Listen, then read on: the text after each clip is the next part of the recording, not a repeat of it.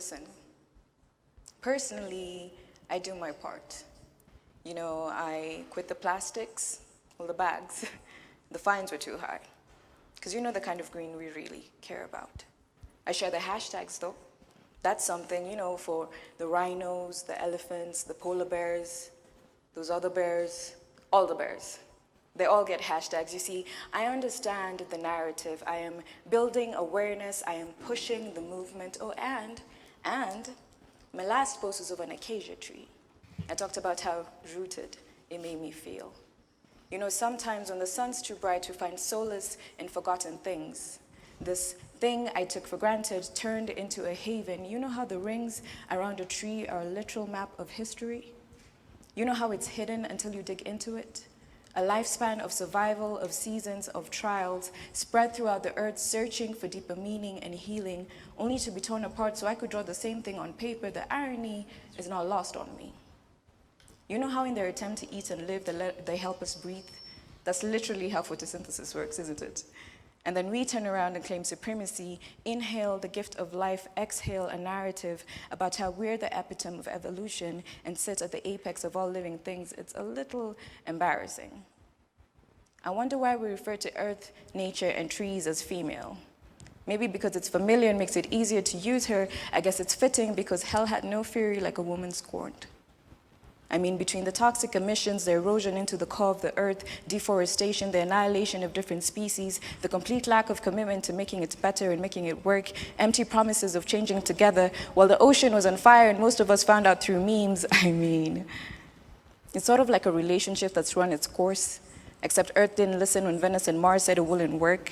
She swiped right on Tinder accidentally and got a match, had no plans for the weekend. Now, eons later, you're stuck with someone that's suffocating you with no recollection of how drunk you were when you said, I do. I am so sorry, Earth. I care about you. I really do. I mean, maybe we should try therapy. We'll talk about how we never meant to hurt her, blame our ancestors and generational trauma, deflect responsibility over the fact that regardless, we still hurt her. We'd be like, honey, it's not you, it's me. She'd say, damn right it is. I gave you sunshine and roses, you brought me black mist and only saw thorns. I gave you diversity and resources, you broke me and asked for more. You poisoned my souls while I gave you the air you breathe, the water you drink, the food you eat, the medicine you sell, the materials to build the house you live in. I gave you everything. The reality is, the earth is not dying, we are killing it.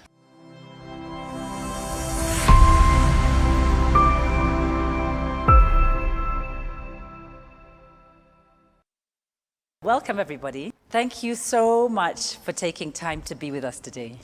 Wanjira, I think there are people here from Nigeria, from Burundi, from Uganda, from Ghana, lots of Kenyans in the house. We're grateful. My name is Judy from Docubox. And my name is Emily Wanjira from Docubox too.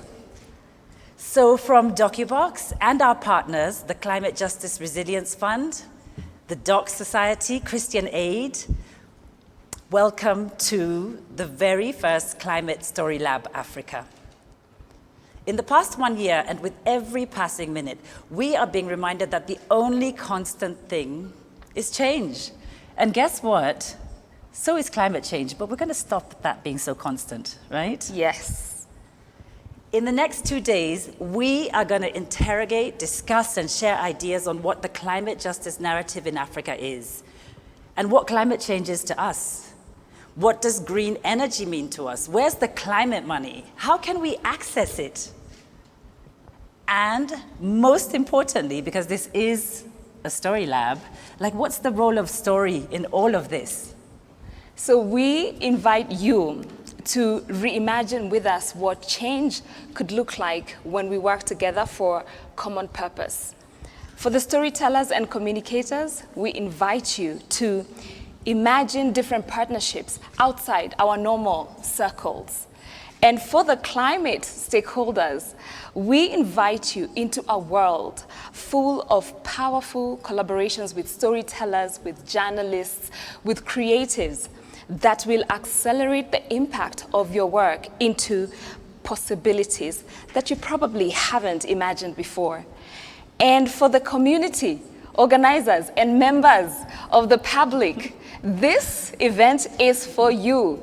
please know that here you can speak freely. Here you have agency, and that your voice is needed. So here's the plan. We're going to keep it easy. Not going to be complicated here, are we? Right? We can speak on chat. You know, you can join us on Zoom, and you have already.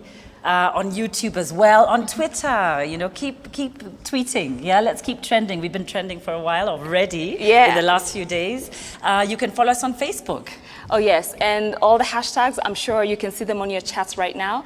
And on that note, I will go to Zoom, and I'll see you on the other side. All right. Okay, so I'm really, really pleased to introduce the next session, the first session, the keynote session. I'm really happy that I'm going to be joined in a moment by Wanjira Mathai.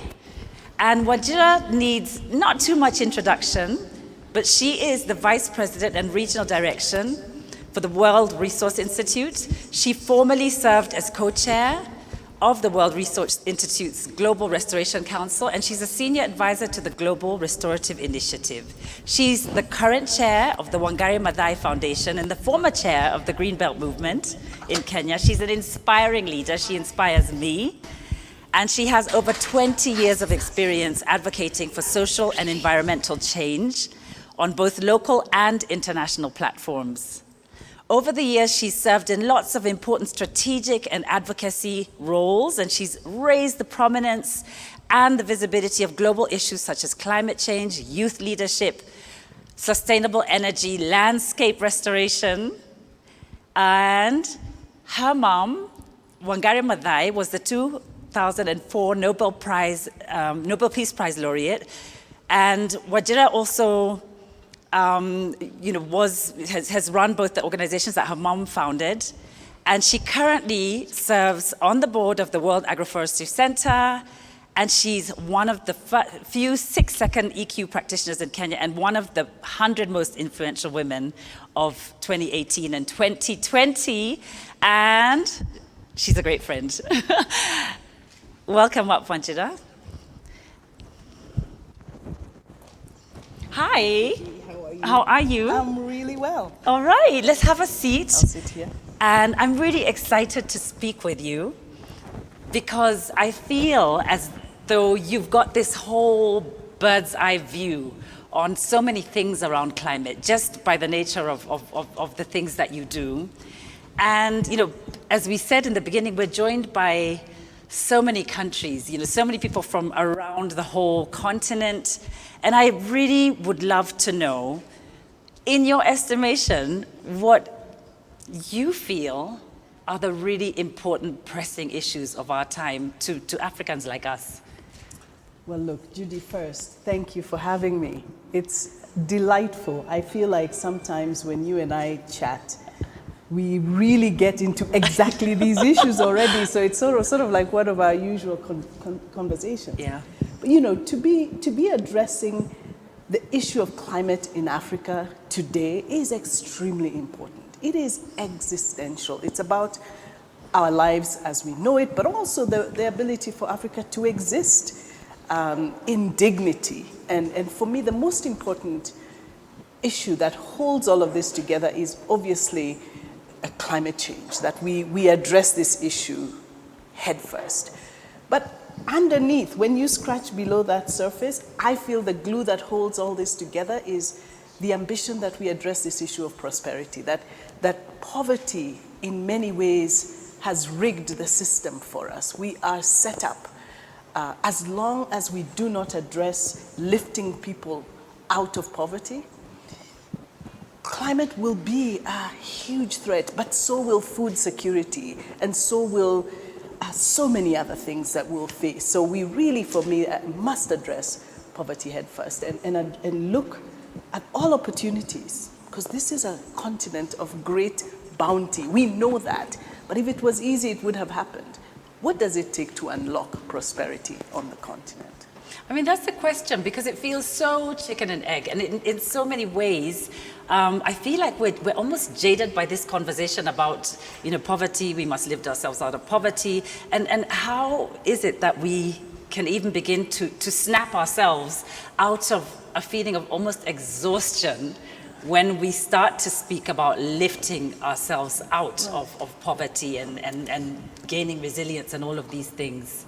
Right, I mean, you mentioned resilience. That's exactly what it is, that we have to be able to bounce back from today it will be climate, it's COVID, it's so many different challenges that are coming up against us. And if we're not resilient, and economic resilience is a big part of it, we'll continue to be beaten down and have to come up. But there are several opportunities. One that I find extremely compelling is trade. We've got to find ways to engage in fair trade. We are involved in so many different trade arrangements that are rigged against Africa. We know that. And our leaders are doing the best they can. We hear them all the time. But I think that this season, the COVID season, and the inequity that has clouded the COVID vaccine distribution should wake us up to the reality that we have to look inward as well. Not only rely on the solidarity of friends, and we must, because we do need multilateralism and we do need our friends, but we also have to find ways to dig deeper. Trade is one, absolutely important. We've got to look at our food systems. We waste a lot of food in post-harvest, just after it's been harvested, over 30%. We have the most important people to our food systems are smallholder farmers. 80% of smallholder farmers are hungry.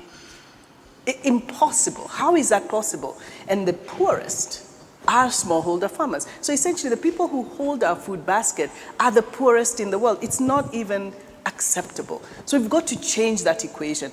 They produce food, they benefit very little for it. And if you look at whether it's food that's consumed or cash crops that make their way into international trade, we've got to equal that playing field. So there's a lot of work to be done there by our leaders, yes, but also those of us who are involved in these negotiations and working to ensure that trade is fair. So that's one. Addressing food systems is crucial. Addressing trade arrangements, extremely important. And then, of course, I think how we grow as cities. This is one of my favorite. African cities, in many ways, are like a canvas. A lot of the infrastructure that's needed for the next 50 years has not yet been developed. So we are in a situation where while other countries are building back better, we are building forward. We don't have a lot of that infrastructure in place. But what we have now is the insight to do it better, to do it in a way that is inclusive. So instead of investing in superhighways and infrastructure that's actually, quite frankly, not so useful because 90% of us walk, is to invest in infrastructure that allows us to walk safely and allows us to walk in and cycle. And some of the most progressive cities in the world are doing that. We have a chance to do it without having to undo stuff. But those are some of the things we need to get right. You know, you've just given me this image of heading here today through Nairobi's traffic, where, you know, I think we're all used to this, and not just in Nairobi, I think in places like Lagos and other cities across the continent too, where sometimes the jams are so intense, you know, people are almost walking faster than we are, right? They are, actually. But what I'm kind of almost, you know, these are so many issues that you've spoken about, and they're spoken about often, but always in isolation. You know, we speak about our cities in conferences about cities. We speak about COVID all the time. We're living it now, you know. We've all had our temperatures checked and so on to get in here. But we speak about these in isolation. You've spoken about trade. How on earth do we join these dots and make any kind of sense of all this where climate change is concerned? You know, do we need to speak about these always in a cluster, or how do we do it? Where do we begin? These are so many issues. Yeah, we do have to speak about them in a cluster. They occur in a cluster. That's why we have different departments that deal with different things, but they need to be coordinating so that you have the Department of Water or the Ministry of Water talking to the Ministry of Agriculture, Ministry of Trade. They are supposed to be connected, but there are very specific issues in each. You know, when we talk about climate change, globally. A lot of what people are hearing about are emissions, how we have to cut emissions, we have to, we have this very clear pathway to 1.5 degrees. We cannot increase global temperatures by more than 2 degrees, even better 1.5 degrees above pre-industrial levels. We know that's the big thing. But here's the thing. Africa is not responsible for those global emissions. So really? No, we are responsible for under 2% of those emissions. So the large emitter, yes, wait, as in, yes.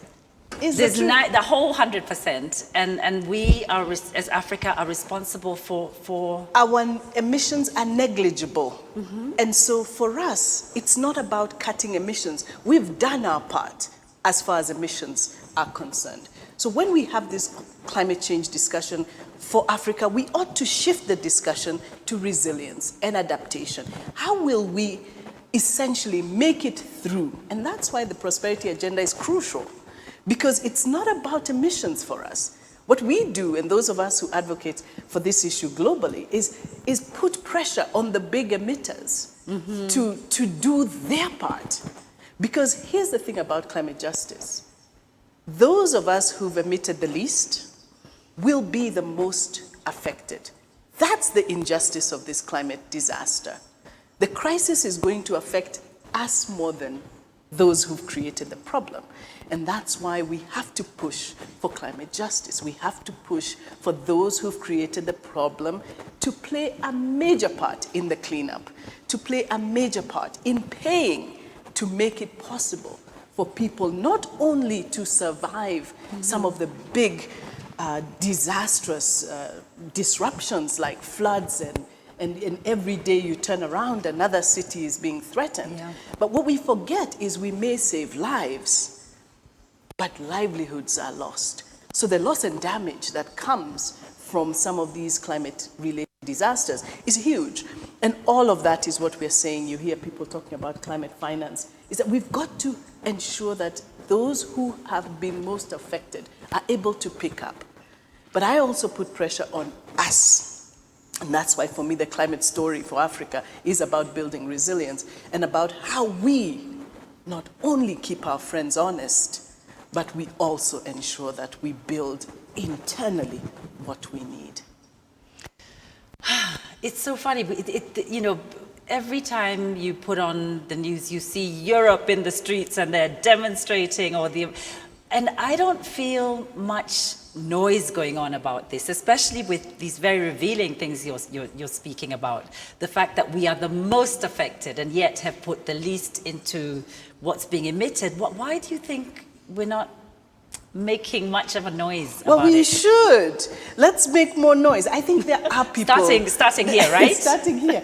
There are people making noise. There are people making noise. And there are a lot of, especially young people. We have some absolutely incredible youth activists who are raising their voices internationally and nationally. We're making our voices known and our wishes known in terms of what we want. What we must do, and maybe it doesn't need much noise, is get the ear of those who actually make those decisions. I want to know the guy who makes a decision to cut all the trees and then put a small road. I want to know who that person is, and to sort of sit down with them, roho safi, and say, how is that a good idea? Because there's some conversations that are not happening, that we need a plan. I have to tell you, Judy, I was in Kigali, and it has to be easily over 15 years ago. And we were part of a delegation that went to visit to see how Kigali was developing some of their tourism interests. And we went into the city hall. I'll never forget this. And a young lady walked us around the city hall. And as she walked us around, she said, how many of you would like to see the master plan for Kigali for the next 100 years? The Kenyans in the room, our jaws were on the ground. My jaw is on the ground. Okay? I want to see the master plan for Nairobi for the next 100 years. We should all want to see the master plan for our cities for the next 100 years. Such is the planning that should be happening. Not only did that wonderful lady show us the master plan for Kigali for the next 100 years, she asked who would like it on a on a memory stick. Wow. To go and ponder Yeah. on the master plan for Kigali. Now that is leadership. And We so it means that there is a lot of great leadership happening right now. And maybe we need to just focus on that more, you know, and amplify this sort of great leadership. Yeah.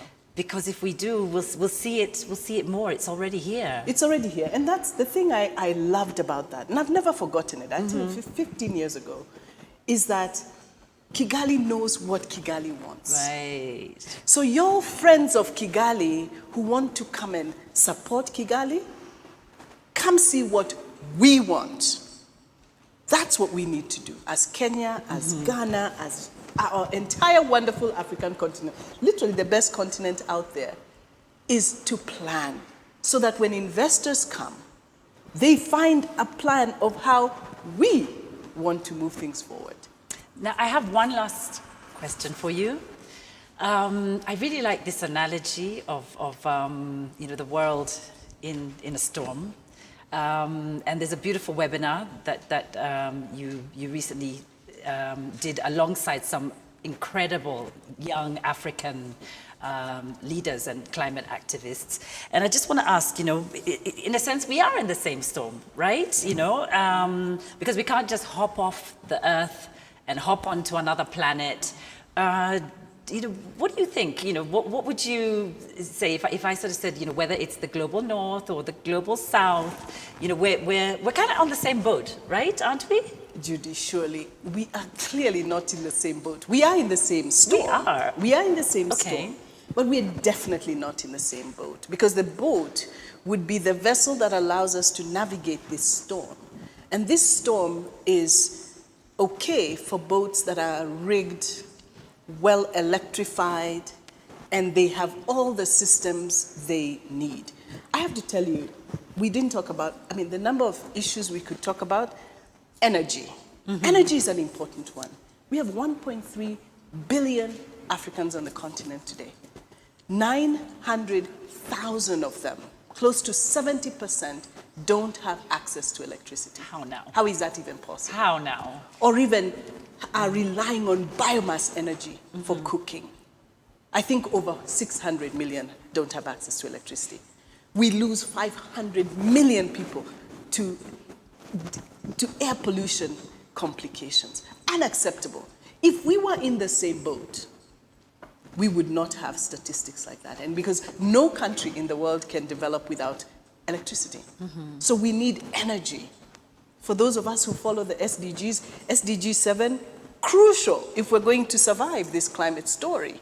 We've got to change the narrative on energy for Africa, because we cannot have a situation where 900,000 people are cooking on relying on biomass to cook, and that over 600 million don't have access to electricity. You will never be in the same boat. No level of prosperity. You need electricity to irrigate. You need electricity to educate. You need electricity for everything. So forget it. If we don't get those fundamentals right, we'll never be in the same boat. The So I'm storm beginning will to- get more intense, though. I'm beginning to put some things together, which I hope, you know, this conversation that we've had is going to just get, you know, all, you know, everyone who's listening to us. Again, this is an African Climate Story Lab. 99% of everyone who's out there in our audience is listening from our continent. Guys, get this, we are in the same storm, but we're Not in the same boat. We're not in the same boat. We need new tools, we need new strategies, we need our leaders to wake up to this And who's going to wake reality. them up? Us. Us, right? Thank you Thanks, so Judy. much. I feel like I need another hour with you. As Don't always. get me started. I know. But thank you so much. Thank you, Judy. You've just begun to unpick a lot of important issues that we are going to be unraveling and getting deeper into with community activists and leaders and Nice. different panels over this morning and tomorrow morning. So thank you for just kicking us off into the most fantastic start. Well, thanks, Judy. Thanks for having me. Thanks a lot. Thank and you. all the audience, have a lovely 2 days. Whenever I hear the word climate change, whatever comes into my mind is about nature. The way we have interfered with the environment that has caused the environment to change what I can describe climate change generally is changes in the environmental changes. That is when maybe people are expecting rain, it doesn't rain. When people are expecting sunshine, then it starts raining. That kind of diversity in the climate. Venye naelewa ni weather na make climate, so venye tunabadilisha weather for a long time, climate inabadilika. Na zile vitu tunakaa kusema hizo kukata miti, tunabadilisha climate. Hii weather kubadilika, kunakuwa cold, kunakuwa mara jua, haina ile msimamo. Tulikuwa tunazoea mvua mwezi wa 4. Alafu sasa tunaona sasa kama hii wakati ilinyesha mwezi wa 2 mpaka mwezi wa 4 hatujakuwa na mvua vile. Sasa hivyo kulingana na hiyo climate change ina affect kama vyakula kwa shamba. Kama mlikuwa mnatarajia hiyo mvua ikuje kuze hiyo mimea kwa shamba, au unaona mvua ikichelewa inakuwa affected. For me, basically, I'll just put climate change as rain, sunshine. That is what I know. Change of environment and maybe change of climate pattern, raining, sunny, drought, yeah. When I hear the word climate change, what crosses my mind is that the change in weather and climate. It can be either sunshine or rain.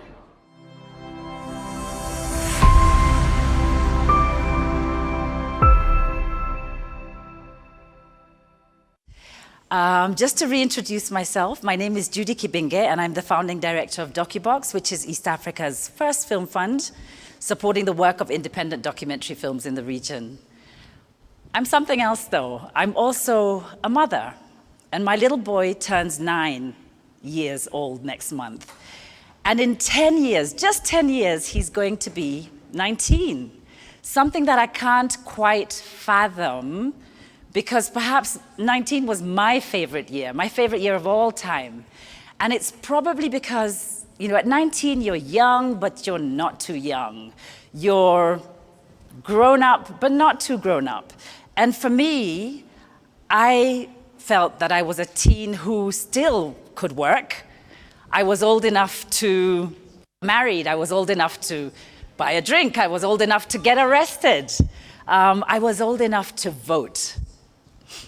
So it means a lot that in just 10 years, 1 month from today, in 2031, my son, inshallah, is also going to turn 19. And for a moment, he's going to occupy that powerful moment in between childhood and adulthood. But things are changing so incredibly fast, and they'll have changed more than that by then. And our population is exploding faster than we can count, faster than we can create meaningful employment. We've been ravaged, as Wanjira said, by COVID. It's hard to see what the implications for not just us, but for our kids and our grandkids will be down the line. And it's, so much as I'm looking forward to my son turning 19, I'm also anxious, because climate experts have been telling us that 10 years is about the time that we have to get our rising greenhouse emissions under control. And so even though the future feels a little hazy, this image of my child, my nieces, my nephews coming of age adds a certain urgency to everything. And I hope just wherever you are, as you listen, close your eyes and try and picture someone who's little that you love in 2031. What will this continent be? What kind of future do we wish for our loved ones? And what can we do now, here, today, to deliver that world with cities well planned, and all these wonderful things that we spoke about just earlier. According to the IPCC, which is a body of 800 scientists who advise the UN on climate change, human activities, as we just talked about, have caused about a degree of global warming above pre-industrial levels. And it's, we hope it doesn't, but it's likely to hit 1.5 in the next 10 years. A degree doesn't really sound like that much, does it? But it is. If we don't manage those emissions, the world in 10 years will be a far more challenging place. We've already, on this continent, experienced massive floods and landslides in western Uganda. We've had locust invasions and floods in Kenya. We've had melted glaciers in the Ruwenzoris. We've had cyclones in Mozambique. We've had droughts and water shortages in South Africa. And here's the ringer. All of Africa, with its enormous landmass and growing population, has contributed in just a tiny percentage, less than 5% to global warming. So maybe all of this preamble is to ask you, to ask all of us, are we really asking the really important questions? Are we really asking ourselves why this is happening? Are we really taking time to tell a story and paint a picture that all of us can rally around, really, truly rally around? And maybe it has something to do with the way we're telling this climate change story. So while over the next two mornings you're going to hear stories and true stories told directly by African farmers and community leaders and activists, I want to ask for a moment, what stories are we not telling, and what are we not speaking about? And what about those stories? Stories that help us understand the position that we're in better. And so I'm going to tell a story. Yeah, I'm going to tell yet another story. After all, look, this is a story lab. That's what we're going to do for, really the next 2 mornings. We're going to unpack the reality of the moment through story. And I'm going to tell you the story about the life of a family in a village. And please don't roll your eyes just yet, even though a lot of it is going to sound familiar. Just listen to me and really try and imagine this family. In that village, and this was a while back, you've got, boys would plow and they'd work the fields and they'd tend the cattle, and girls would be there spinning, weaving baskets and cloth. And in this village, when a young man's old enough, he'd leave to try and learn a trade, and more often he wouldn't get that opportunity, and he'd have to work as a hired hand doing all these rough jobs, literally earning peanuts to survive. And more often, he'd always be in danger of unemployment in that village. And girls, on the other hand, would leave home, typically work as servants. A girl's life was just hard in that village, filled with abuse, endless work. And women in that village would be married always before the age of 30 and often have, at least six kids.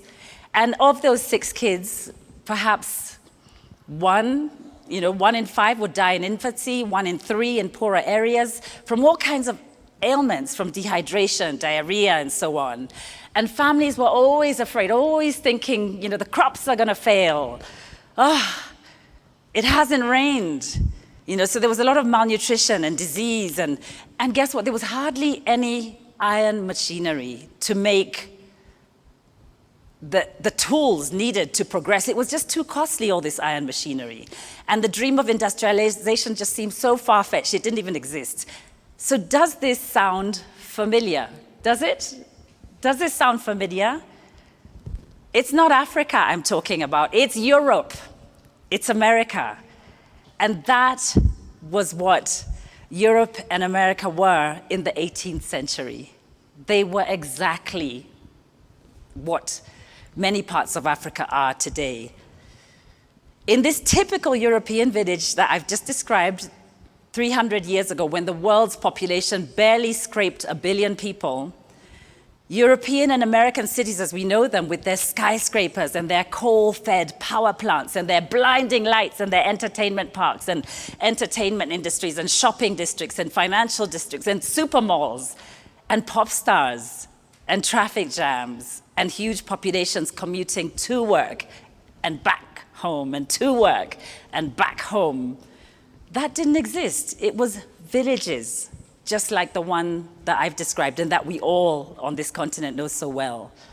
So because this story of a pre-industrial Europe is not often told, we in Africa, often we don't really seem to see it or realize that it even existed.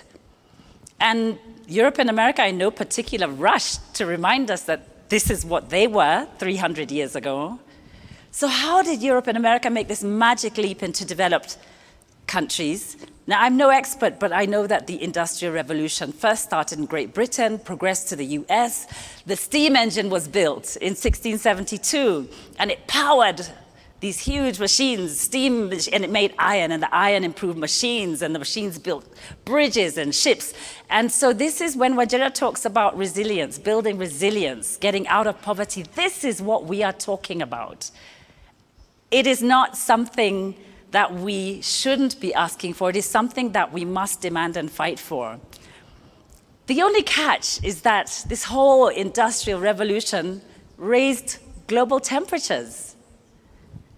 A study done in Leeds University in 2020 says the richest tenth of people consume 20 times more energy overall than the bottom 10, wherever they live. And so the gulf is greatest in transport, where the top tenth gobble up 187 times more fuel than the poorest tenth.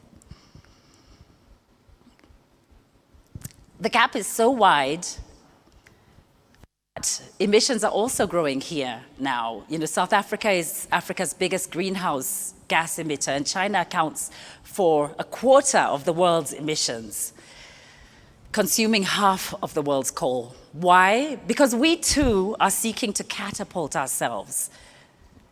We deserve it. We need to develop. We must attain resilience. But this comes at a cost.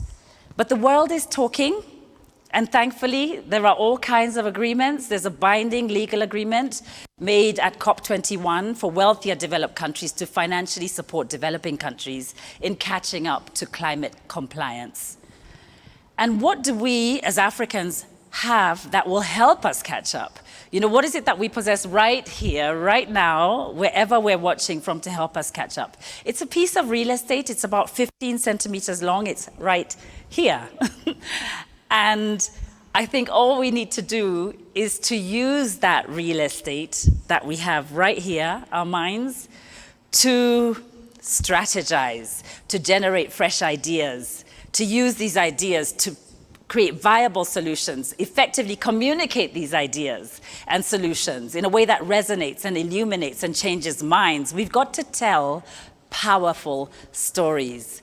We've got to tell powerful stories to each other and to our leaders as well. Because a good storytelling strategy can transcend borders. And in this case, you know, Africa is made up of 3,000 different ethnic groups. We speak over 2,000 languages. We live in 54 different countries.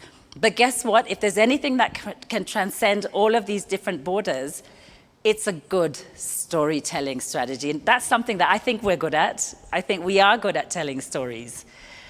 If we just take a moment and we think about the movements that have changed or impacted the world, leaders, you know, good or bad, and the part that story played in that change, it all begins to make sense.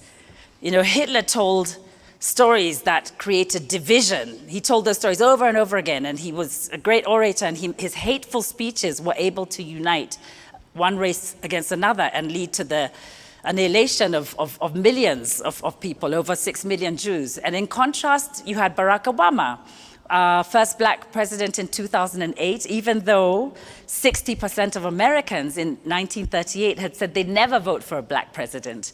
And what made that change happen? What could have made it happen? It was story. And his story, the story that he told again and again, was a story of hope. And that changed something. It created a movement. This too is our time. You know, and as we've said, it's time to really tackle the climate issues, but not in isolation. How do we create a movement that will change and transform our continent? The stories that we tell here and now going forward, so that my 19-year-old son, like other young Africans, will inherit a future that enables them to thrive and live up to their full potential, begins here. And the Climate Lab is the space and place where we can unite around common goals made possible through the power of story.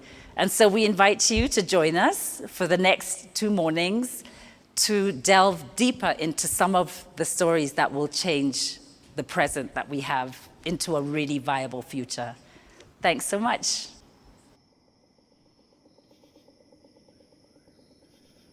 When the rain fails, every farmer feels like running away. Christine, what can you say about rain today? No, I think when we look on the sky, it seems as if it will rain soon. Are you happy with it? I'm very happy with it because it's the mother of all living things. You can be in bad terms with your family members, hearing that you have nothing for their bellies. Unfortunately, that is a very big problem to some people and to me.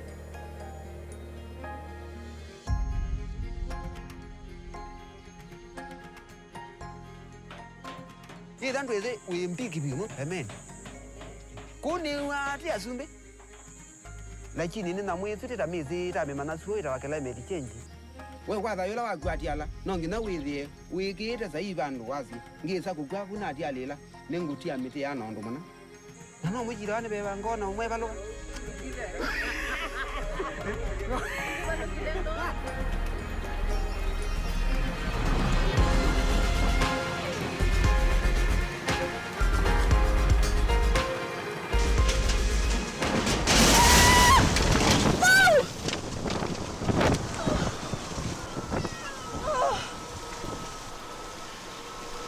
Has this ever happened before?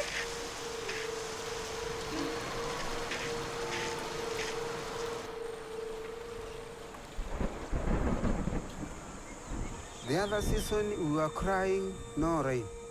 Now we are talking of flood. Everything is being contradicting.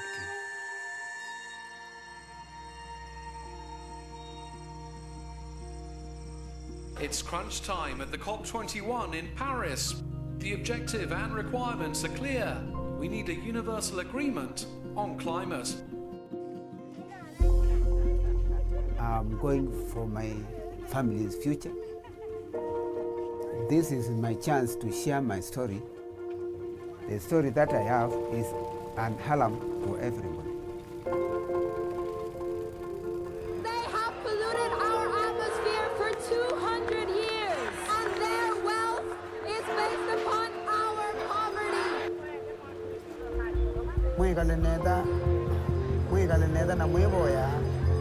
What are the qualities of a good father? Who is a good leader? Are you nervous? No. Yeah, I'm not scared in any way. I'm ready.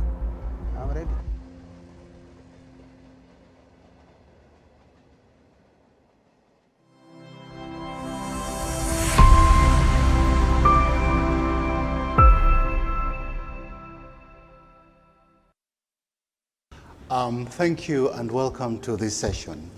We're going to be talking to a gentleman called Kisilu Musia and a film, Thank You for the Rain. This is a journey of Kisilu Musia for the 5 years when he was a farmer, then transformed into a community leader, and then on to become an activist, climate activist. Kisilu has actually been able to go down to COP21 to talk to the world about the struggles that he has gone through. And for today, we're going to be having a discussion between Kisilu and Wanjira. Kisilu is part of the film, and Wanjira, who is the impact producer. I hope that he will actually be able to share in and enjoy the session. So over to you, Wanjira and Kisilu.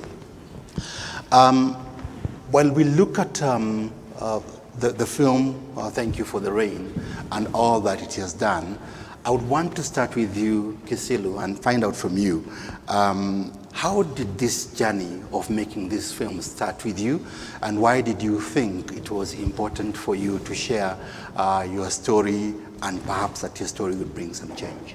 Kisilu? The journey started with the coming of Judy, a lady from Norway who came to my home, finding me as a farmer, saying that he wanted to film my activities, that is farming activities, asking her what is the importance of filming, all that. She went on to explain to me that he wanted to follow me so that he can keep record on what the climate change is twisting farmers. I went on to ask him why. He told me it's the easiest way of communicating and sharing faster, and that way the information will reach a wider community. I just accepted. She stayed with me for a month, following me in all my activities as a farmer, going to groups I used to go to groups to discuss more about farming. We had self-help groups for farmers. Yeah, after a month then, she told me that she's leaving. I requested her to issue me with a camera so that I can follow me up after, because I felt very interesting to keep on tracing my activities and my friends' activities as well. Great. So that is how the journey started. Great, thank you so much. As you've heard, this is a co-production between 3 countries, Kisilu, who is a Kenyan, and then we had Julia Da from Norway, and a gentleman from the UK, whose name just slips off my mind for the while. Hugh. But Hugh Hartford from the UK. So this collaboration then brought in Wanjira. I would like to then know from Wanjira the context of Thank You for the Rain and how you came to become the impact producer in this film. Yes, I met Kisilu and Julia, the whole film team, and Hugh in 2016 at the Good Pitch event, which you know about. It's by Doc Society, but at the time it was hosted by Docubox. And Good Pitch is an event that is a one-day event that brings together, different stakeholders from CSOs to NGOs to philanthropists, funders, and with the aim of supporting films, giving them the support that they need to get made. And more than that, to go ahead and drive social impact. So Thank You for the Rain was one of the films in 2016 out of 6 of them that had come from across the continent. And so I attended the lab, just to understand what is impact, how do you use film to drive impact? And because of my background at the time, working with agribusiness and youth across the country for a TV show at the time, the story of Kisilu resonated, and understanding that you could actually use film in that way through several partnerships to drive impact, that's what attracted me to it, and I came on board. And my job really, the role of an impact producer, is to maximize on a film's potential to drive change, to design and come up with a strategy and implement it in that way. So at that point, participating in Good Pitch was very important in securing partners that would come to support the impact campaign further on. And just following up on that, then from the experience of Good Pitch 2016, did you get partners? Did you get support? Was there anything that came through the 2016 Good Pitch event? Oh yes, that was very important. And at the time, we participated at the Good Pitch Kenya, but also Good Pitch Europe. And because of the makeup of the partners that you have, we got partners that ranged from, grassroots organizations, that work, some of them actually working in Kitui County, where Kisilu comes from. We got others that work on the national level, and we also got others that work on the international level. But most important, we met funders at that point in time who gave us the very early support that made us create and work on a case that later could possibly attract further support for a longer term. Great. And now over to you, Kisilu. Tell us a little bit about how the film came to be screened in Motomo, Kitui, where you hail from, and what then happened. How did it start, the screenings in Motomo? Yeah, after the film was ready, it was at first screened at my home area, where we, at least I can say it was the first time to meet with my local leaders and my community at large, discussing more about the challenges about climate change. I could read from their faces how active they were following the film. Also, I could read from their eyes that some people were crying, an indication that they were strongly impacted by, by the film, seeing how the climate change is twisting them. Yeah, so I could also read from their comment, and like one of our villagers decided to donate a land. He said, after everything, and if this film will bring anything, and any people who feel like supporting them to get water, to get this, because our problem is based on water shortages. He said he will donate a land. Yeah. So my first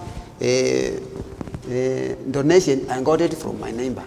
He donated a land for the purpose of putting a water point for the community. Great. And when it comes to challenges, you've mentioned some. Are there any other challenges that came about through the discussion from the film screenings? Any other challenges that you would be able to talk about? At least if there are any challenges, it's because after the first screening, every community from different corners were calling for the screening, and they could not be conducted at once. So, well, we went on screening at our speed, but we could not meet their desire as they were calling from every.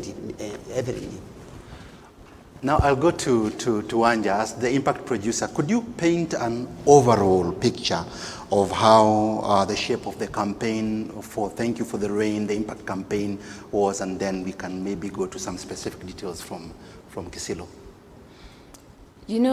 As Kisilu mentions, so what we did is that we basically started by first of all going back to Mutomo under the leadership of Kisilu. And Kisilu organized for us to screen the film to community representatives, as he said. And there's the immediate, every screening is followed by, a meeting and a discussion between the community and their immediate leadership. And some of the challenges they shared, I remember, Kisilu, if you could just share with us, there was especially the challenge of water, access to water. There was access to information on climate smart farming, access to markets, right? And even just a space to gather so they could advocate and articulate their needs to their leadership. And so together we decided, okay, there are so many things going on, we can't do all of them. Let's narrow down to a few, right? And if possible ever, if anything happens because of this film, maybe this could be the ones we could tackle. Great. So that then led us to one goal, which was to create climate resilient communities. So with that goal in mind, we decided to achieve this then, we needed to divide the campaign into 3 key components. Actually, we have a 4th one, but we started with the 3 ones. So the first one basically speaks to the community level activities. And this would speak directly to the challenges that were raised by the community, for example, access to water. So together with the Chavonda, which is chaired by Kisilu, and other partners that we've managed to meet along the way, such as CGRF, Climate Justice Resilience Fund, we've constructed a 30,540 cubic meter earth dam. And this really is an advocacy tool. It provides an economic ecosystem. And this means that it cushions the community and the farmers economically during prolonged drought. They have space to meet. They can access county interventions by their leaders. They can decide what they want to do for themselves.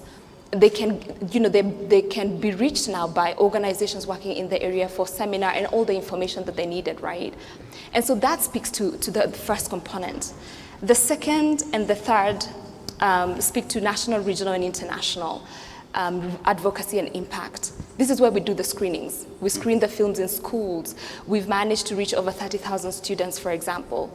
We do community screenings overall in all our geographical areas, because you realize the impact campaign was happening in Kenya, but at the same time in Norway. We've done over 90 community screenings.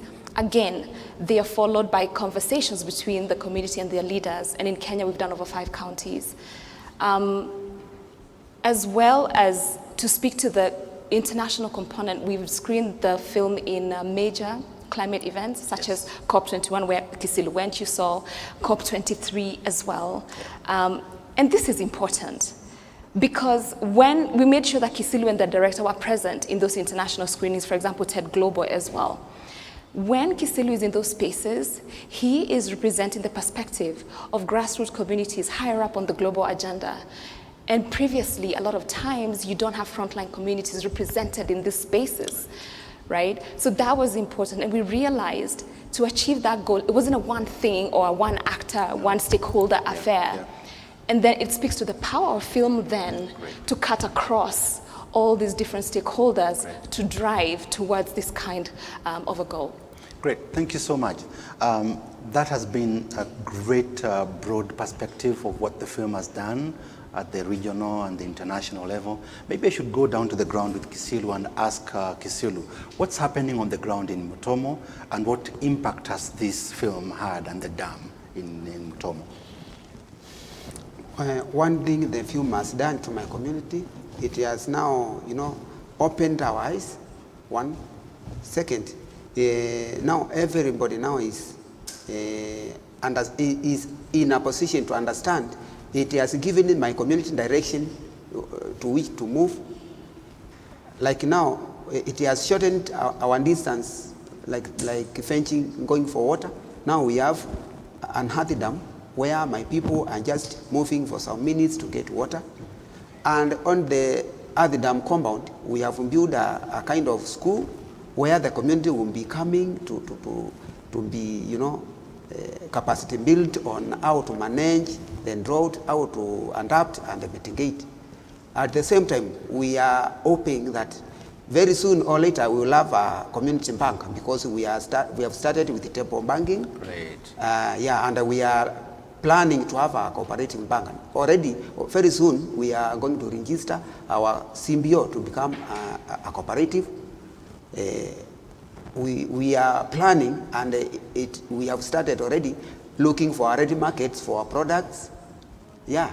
Great. That is what is happening. Yeah, I want to believe that you meant to say you want to start a cooperative society because a bank will be a huge thing to do, Kisilu. But I wish you all the best on that. I want to go back again to the issue of the film screenings. You've talked about the international screenings, the community screenings, and the school screenings.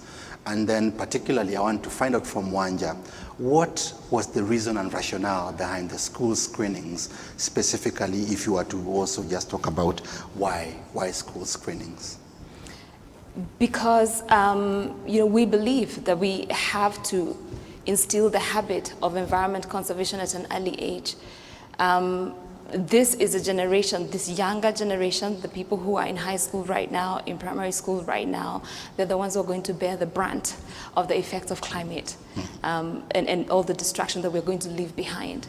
And so this is not a conversation that we can say is just for the adults, it's for everybody, it's all hands on deck. And for the school screenings as well, in fact, Kisilu, if you could share your experience when you went to the school screenings and the kind of reaction and the feedback that you got from the students. For one thing, the screening to the students is to sustain the move. Good. For the sustainability of the spirit of fighting climate change, we have to call for youth. Their reaction was very much fingerless because I could read from their comment that they all decided to start tree planting. They all decided to start a new normal of behavior, to do things that are harmless to climate, to environment, all that. So hearing their comment, actually I could conclude that it was a good decision that will involve the students. Great. I want to go now to a space where we are talking about community organizing, NGOs coming together, civil society, filmmakers, and the like. Maybe Wanja, you could tell us, what does that mean when it comes to partnerships, forging this kind of partnerships in the space of climate justice and climate change? I think from our experience basically is that everyone has a role to play. And even when we started out, the one lesson that we learned is that we did not need to reinvent the wheel. When you come to the climate space, there are people who've already been doing this work. There are people who do this already, way before even the film was made, right? Yeah. And it's the same thing for the community as well. When we talk about climate change, for Kisilu and my grandmother and your grandmother back Ushago, up country, climate has been changing for years. It didn't start because we were able now to start describing it in science jargon or academic jargon, right? And so for the community level, you realize they already have their lived experience, and their partnership is important because that information features into the strategy, right? Kisilu mentioned already, we had a community elder who donated his own land. Yes. That's partnership right there. So when you have that, then you have a different ask. So right from the onset, people like Ford Foundation, people like Enrich Ball Foundation, Doc Society that we got from very earlier on, people came on board to support with networks, with funding, with just helping us understand some of the information that's relevant at that level. But at the same time, we partnered with CSL, our partner in Kitui. They're dam builders. We're filmmakers, we're storytellers. We don't know anything about building dams. Yeah. And so we have come to see just the power of unlikely alliances. It may look like we're very different, but when we bring our strengths together, then we can drive real change much faster by trusting that what I don't have, you have. And this has been the strategy. Even from the way the film was made, it was a co-production, Kenya, UK, Norway, right? The co-authorship between Kisilu and Julia as well, even in the making of the film. So that's been the spirit that's defined our impact campaign. Great, and maybe now I could go to Kisilu and find out from him, how has this film changed your life and the community's life in Mutomo, just overall, as we finalize? One thing, before the filming, I was just a mere farmer. Yes. Who just knew how to plant and weed. But at long last, through the film, I became a traveling farmer who can go far and preach gospel about climate change and share different things. From the, it brought a new understanding that climate change does not mean drought. It can mean otherwise or other, you know. Yeah. Yeah. Well, it brought me new friends. Great. And the fame, you know. Now I'm known globally. Second, it changed my lifestyle, my living standard. I priced up, at least. My community are now participating in, decision making. Great. Yeah. So we have a glimmer of hope that in the very near future, we will have at least a good living standard. And I think that is a good closing. There is a glimmer of hope that has come to the community in Mutomo Kitui because of the activities of Thank You for the Rain, the building of the dam that has changed the community's perspectives and how they are participating actively in changing the space. I would like now to just introduce to you that the next session, as in closing, the next session that we are going to be having shortly will be a round table on community organizers, and it will be led by Sharon Kibor. So see you over at the round table. Thank you so much. Climate change is a bad thing, more so for those in agriculture, because now you cannot be able to predict when you are going to plant, you cannot be able to predict which animal you can survive in a certain area. I think it is a bad thing, considering that it interferes with maybe the farmers' calendars and other changes. For example, the farmers have started plowing, expecting rain, then the rain doesn't come. That totally affects their planting schedules, the harvesting schedules and so on. Climate change kuna side mbili, kuna positive kama kupanda miti, conserve environment. Hiyo in the long run itabadilisha climate yetu towards the positive. Na side negative ni kama kukata miti. Hiyo kukata miti kupunguza cover kwa soil inafanya inaleta erosion na in the long run in negative climate change. Climate change tuwezi sema ni mbaya wala ni nzuri, kwa sababu kuna ile hiyo mabadiliko ina affect biashara, lakini tuwezi sema ni mbaya kwa sababu pia kukiwa na jua mingi ni shida. na hata kukiwa na baridi nyingi pia ni shida. Kwa hivyo heri ikiwa moderate ni sawa. Sio mbaya sababu ni maumbile ya Mwenyezi Mungu. Sasa itabidi sisi tujipange, tutaenda tu na venye inakuwa. Kama imechange sasa pia itabidi sisi nasi tu twende na venye ina change. It's 50-50. It depends with the season. Yeah, it has both impacts. It has the positive and the negative impact.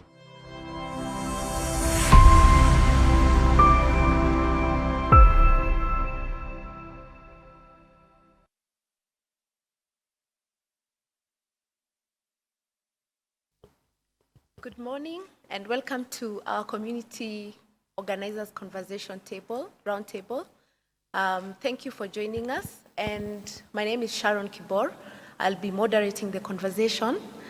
And just to let you know that our roundtable participants would be speaking in both English and Kiswahili, and we have translation for the non-Swahili speakers.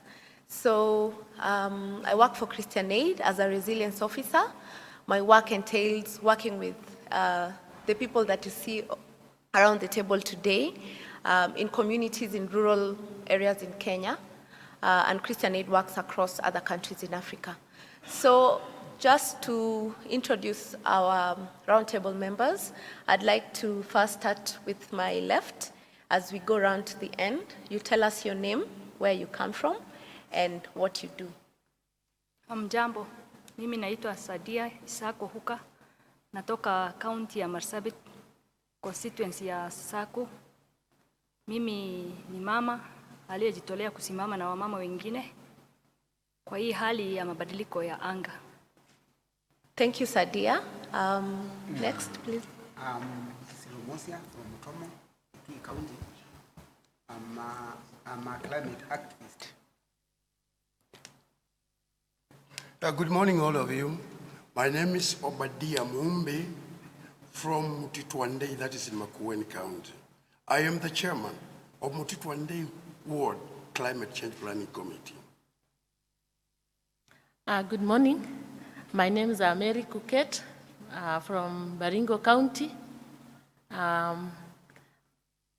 Community called Pokot, and I'm an activist for climate change, and also I'm chairing Tangle Bay Women Network, doing advocacy for women's rights. Thank you very much. So we will, I would ask that you give us your experiences on how you understand climate change and how does it look for you.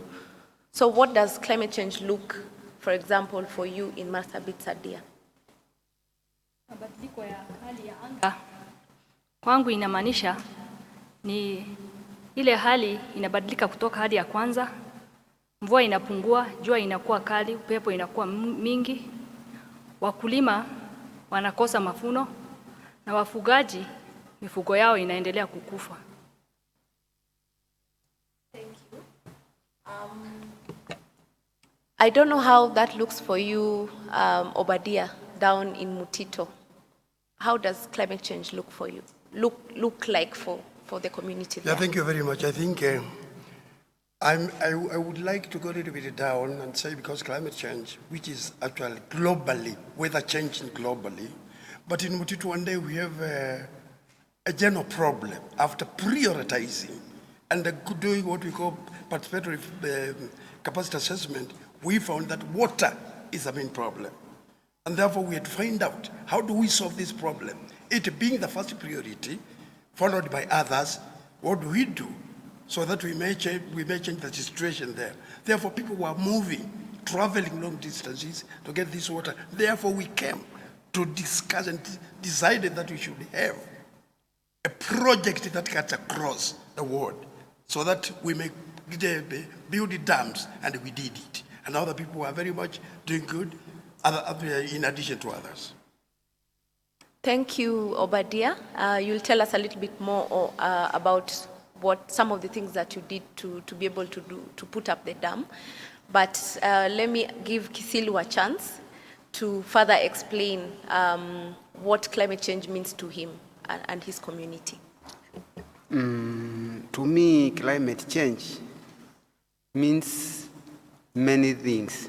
One, I can call it a barrier to my ongoing, to my development, to everything, a twister of my plans. So because whatever I plan is not moving the way I put it. Yeah, so, well, I can say it's a helter of almost everything.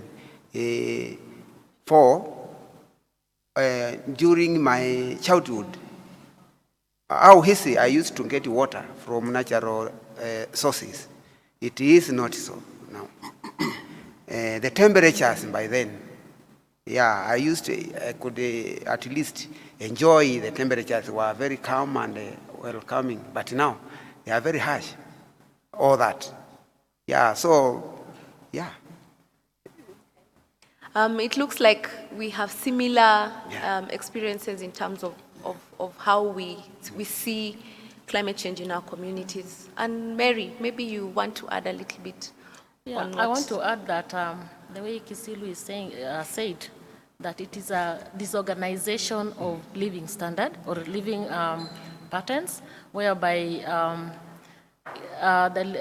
the way we normally do our work changed drastically because of the change of weather. Yeah. Thank you very much. So, would you please tell me what are some of the things that your communities have done to be able to sort of survive with these changes in the environment, changes in weather and climate change as you've explained? And maybe we can start with you, Obadia, because you had already mentioned something on that.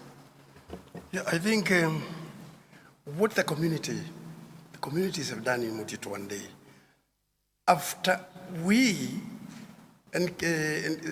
established the problem, we had first to get a committee. After getting the committee, we had to go down to the people, ask them whether they could participate in trying to make everything work, everything easier for them so that the climate change effects may not be affecting them all that much. Therefore, they accepted and they said, whatever is needed, whatever is supposed to need to be done, we will do it. We'll do it all together and all this kind of thing. And we, all of us, came together. We informed the relevant authorities, they supported us. We informed the county government, they supported us. So we got support. And on top of that, we had an NGO, which was doing very good. There were a couple of them. There were ADSC, Christian Aid, Department for International Development. They all came in, and then we worked together. They helped us. We moved up, and we came up nicely. Therefore, water now is flowing nicely. And we started another second one that is now doing good as well. So what you're saying is that you came together, organized yourselves, and approached people to bring funds together, including the county government, to be able to respond to the need for water. Yes, it could not be done without awareness. We had to move out and involve the people and make the people participate in what we want to do. Because if they could be involved without being informed what it is, they would not facilitate very well. Therefore, we had to go around, do awareness, and all this kind of thing. And then they saw the importance. And then that's why it came later, and some legislation was done that because water is coming from the rivers. So we said sand should never be collected from there unless it is authorized. So we came together and then we did everything together. That's really interesting that out of your action, you are able to influence policy processes at the county. And I think that's really something very interesting. So maybe to you, Sadia, would you tell us some of the things that your community has done to just survive in this context of climate change? Watu walibadilisha ile hali ya kwanza. Wakulima kwa sababu kila mara wanapanda na hawapati mavuno, walibadilisha wakapanda miraa. Kwa sababu hiyo miraa ni mimea yenye inaistahimili jilali, na watu wa mifugo walibadilisha wakaachana na ng'ombe wakaenda kwa ngamia, kwa sababu ngamia inaweza survive wakati wa jilali, na wengine walitoka mashinani wakakuja mjini wakaanza kufanya kibarua, biashara ndogo ndogo, kwa sababu hawana mfugo na shamba ifanye kazi. Mimi nikiwa mmoja wao, nilitoka mashambani nikakuja mjini nikaanza biashara kidogo kidogo. Tukaanzisha kikundi ya wamama, wakashikana, tukawekeza pesa kidogo kidogo, mpaka hata washirika waliingilia, wakatupea trainings, wakatufunza hali ya kuweka records. Tukakuja kiwango ya tukafunza table banking, mpaka tukafikia hali ya kuweka pesa pamoja, tukaanza kupeana mkopo. Asante sana Sadia kwa hayo. I think Sadia has given us an idea of what communities have done by their own initiative, and that's really another interesting dimension when we think about how communities are able to cope with climate change. Kisilu, maybe just in summary, some of the things that your community has also done. One understanding about climate change, it has two phases. There is adaptation and mitigation. With adaptation, it's whereby people are trained on how to survive despite the fact that the rains are not there, are not enough, droughts are coming now and then. So now, for the community, they have trained themselves on seed selection. Yeah. At first, we decided, so that we can sustain ourselves in our villages, we decided to do seed selection and breed selection. We select seeds that can do well with the shortest rains that we are experiencing. That is one. Second, their acceptance to coming together and discuss is another act that made it easy for the community to need. Changing their mindset. Yeah. Also, accepting to spread the gospel to the neighboring. It's another need. Accepting to plant trees. You know. Yeah.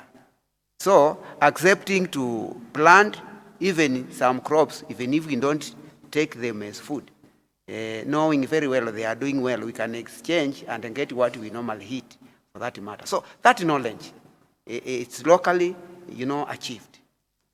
Then, accepting to make groups, to make it easier for the government officers to attend us. An officer cannot just go door to door. So accepting to form these groups is another tool. It's another activity that my community has done to all that. Water harvesting, terraces making, grass planting, all that. Discipline in farming practices, is another. Thank you. Very interesting adaptation strategies, I can say, for Kisilu's community on, climate smart agriculture and approaches that allow them to be able to still be able to do their farming despite really scarce water and failed rainfall. Over to you, Mary. What are some of the things that your community is doing to counter the impacts of climate change? Yeah, as I said that my community, we are nomadics, whereby we rely on animals, livestock, but now because of the climate change, men are moving away with their animals. Now that women and girls and elderly people are now behind, left back, and that now we realize a lot of gender-based violence in women because of inadequate food. And after realizing this, as women, we come together, we form groups, and then we synthesize ourselves on how to adopt and what to do. So the community came up with poultry keeping, which is very hard for them because they are nomads. They are not used to. but it has forced us to do the same. We do farming, small farms, like kitchen gardens, and also we do the table bankings.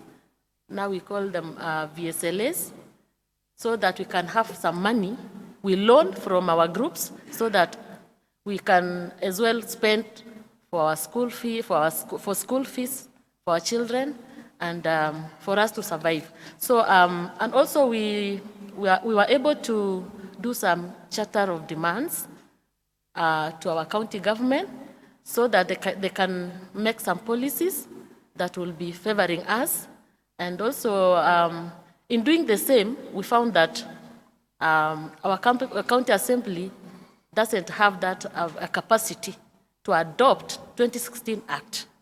So for us, we were just trying to make them understand, but still it is a gap. But community now are really resilient. Yeah. Thank you, Mary. And I think you brought a very interesting dimension to how climate change impacts different groups of the communities. And you've talked about how it has even driven issues of SGBV, sexual and gender-based violence amongst women. And I think that's a critical thing to talk about. And it's also interesting that women are finding space to do something about the impacts of climate change affecting their group. So that's really interesting. And you've all talked about how you've tried to work with the county. So what are some of the key things that have worked well, and what are some of the key things or key challenges that you have faced? So maybe you can start with you, Kisilu.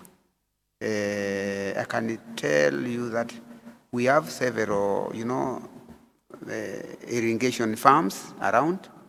Some other 2 other dams are manned by both the national and the county government, and they are still assisting the community on training them on how to irrigate, all that.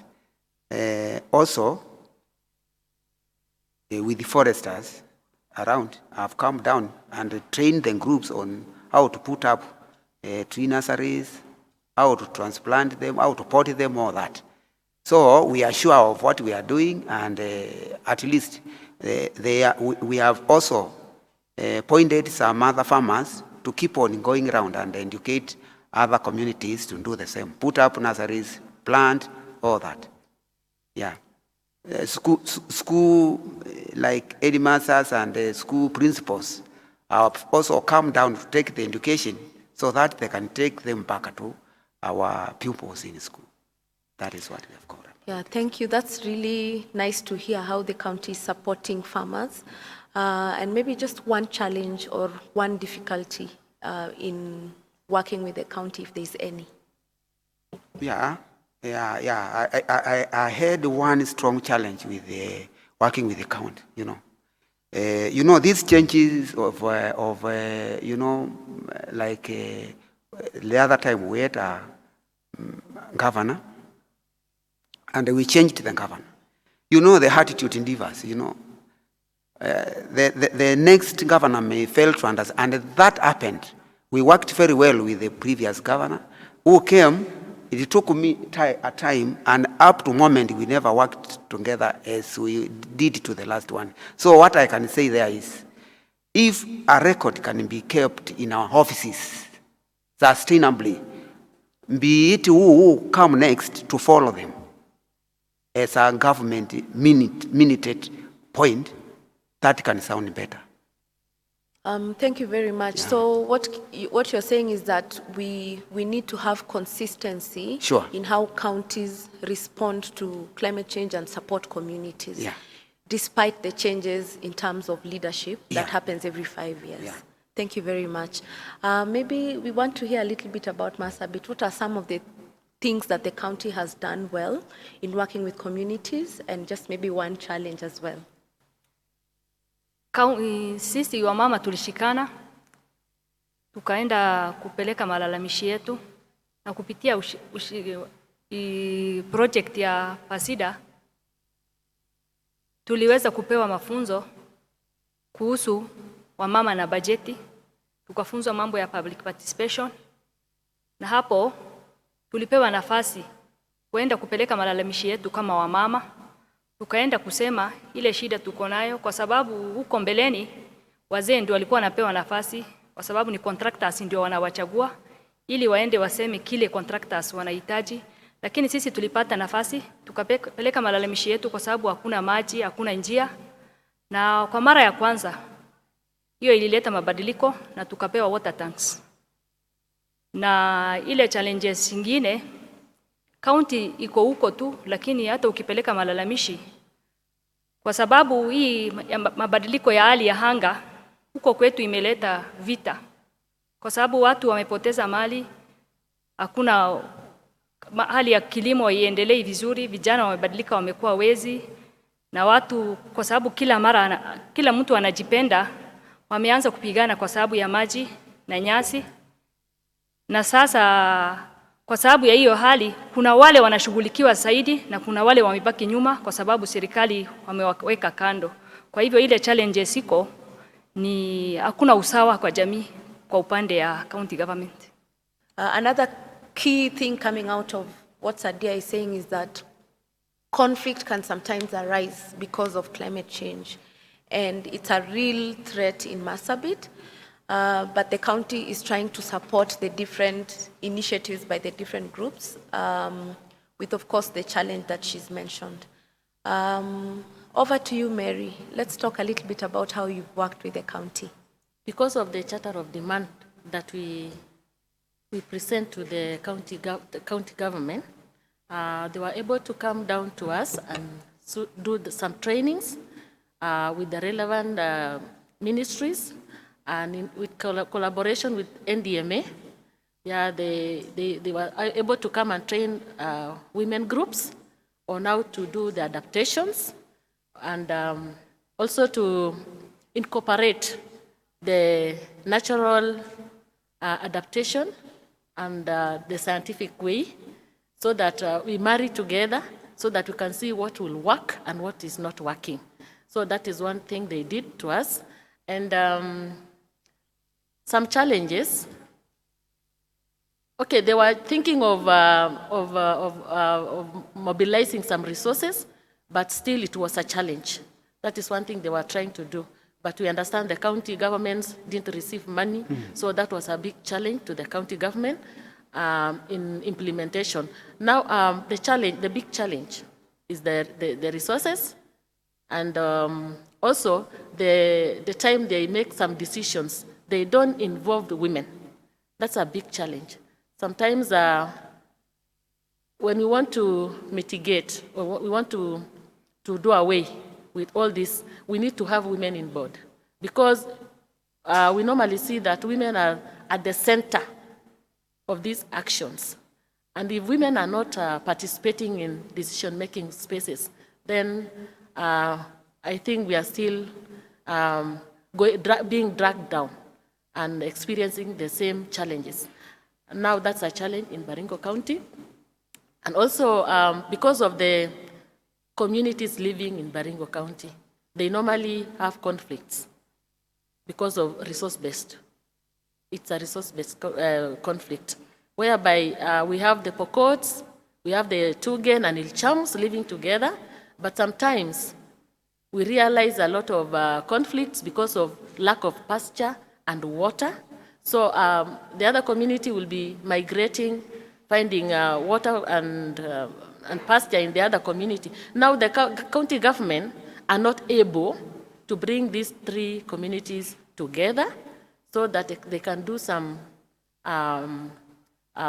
negotiation or dialogues with them so that they can resolve all these problems, and putting some priorities when CIDPs are being made together so that they can know how to challenge the conflict that we realize. Yeah. Thank you, Mary. Also very interesting to see similarities with Marsabit County because of the way of life, pastoralism, conflict also coming up, and a challenge around how planning is done and involving women. So finally to you, Obadiah. I will say one word. We have got a challenge with the county government. And one among others, which I'm going to say, is the implementation of the Climate Change Act that was passed in 2016. For example, my friend has said, you plant trees where? There has never been a earmarking of the river starts from here up to there. Plant trees here. That is the riparian area. That land still belongs to the owner. When we are told plant trees here, that is not very clear. The county government should come up very clearly, say it reaches here and here, plant trees there. Who is going to take care of these trees? That is the weakness of the county government. Who is now plant, the community plant, but who is going to take care of the trees? Where is the money going to come from for those people who are taking care of the trees? So that is one problem. The other one is the forming of the sustainability committees of the finished project. An NGO, for that matter, may come and say, well, this is a project, we have done it for you, proceed. Now, a war gets in there. Who is going to sustain? The project is not going to be sustained as it is required. The committee is not, it is going to be left that way, and that project is completely dead. That is another problem. The wetland areas, where a legislation should be there to say, let us take care of this one. Having prioritized water here, let us see where the waters are and take care of those areas. Those are some of the weaknesses, those are some of the challenges that we have with the county government. Again, when the county government is trying to talk about issues of climate change, or a non-government organization is coming with that kind of idea, they are not very much interested. They come as though they don't want. They should be informed very clearly. This is for the betterment of the county. Come in, bring your staff, let them be trained alongside with these ones or the NGOs. And then you take over, you continue. They are not interested with that one. They seem to be aloof, and they don't know anything about climate change. They don't know. But they are aloof. You need to call them environment officers. What would you talk? These are just some of the challenges. Putting the county officials together with the NGOs who are the expertise of climate change. Very interesting, really. Issues of coordinating players in climate change work in counties is coming up. And of course, issues of implementation of policies, including the Climate Change Act of 2016, as you've mentioned. So that's really interesting, and I think there's quite a bit of similarities across the county, the different counties that we come from. Now, how would you want the counties, or what would you like to see for you to be able to work better with the counties? What are some of the things that the counties can do, or even the national government institutions, like she mentioned NDMA, what are some of the things that can be done to enable you to work better? Because clearly the community has a role when it comes to climate change action. Okay, fine. I think first of all we need to do, we carry out a vulnerability analysis together with the stakeholders so that we can develop community management in the ground. And also we work with all stakeholders or all sectors within the county so that we will be bringing all our forces together and work together on the same direction. And also increasing finance to the adaptation so that we can mitigate the climate change. Yeah. So, Kisilu, what do you think could be done better to allow communities and counties to work together? According to my understanding, I do understand this and fail to advise this. It has taken us some years to arrive to the destination that we are now.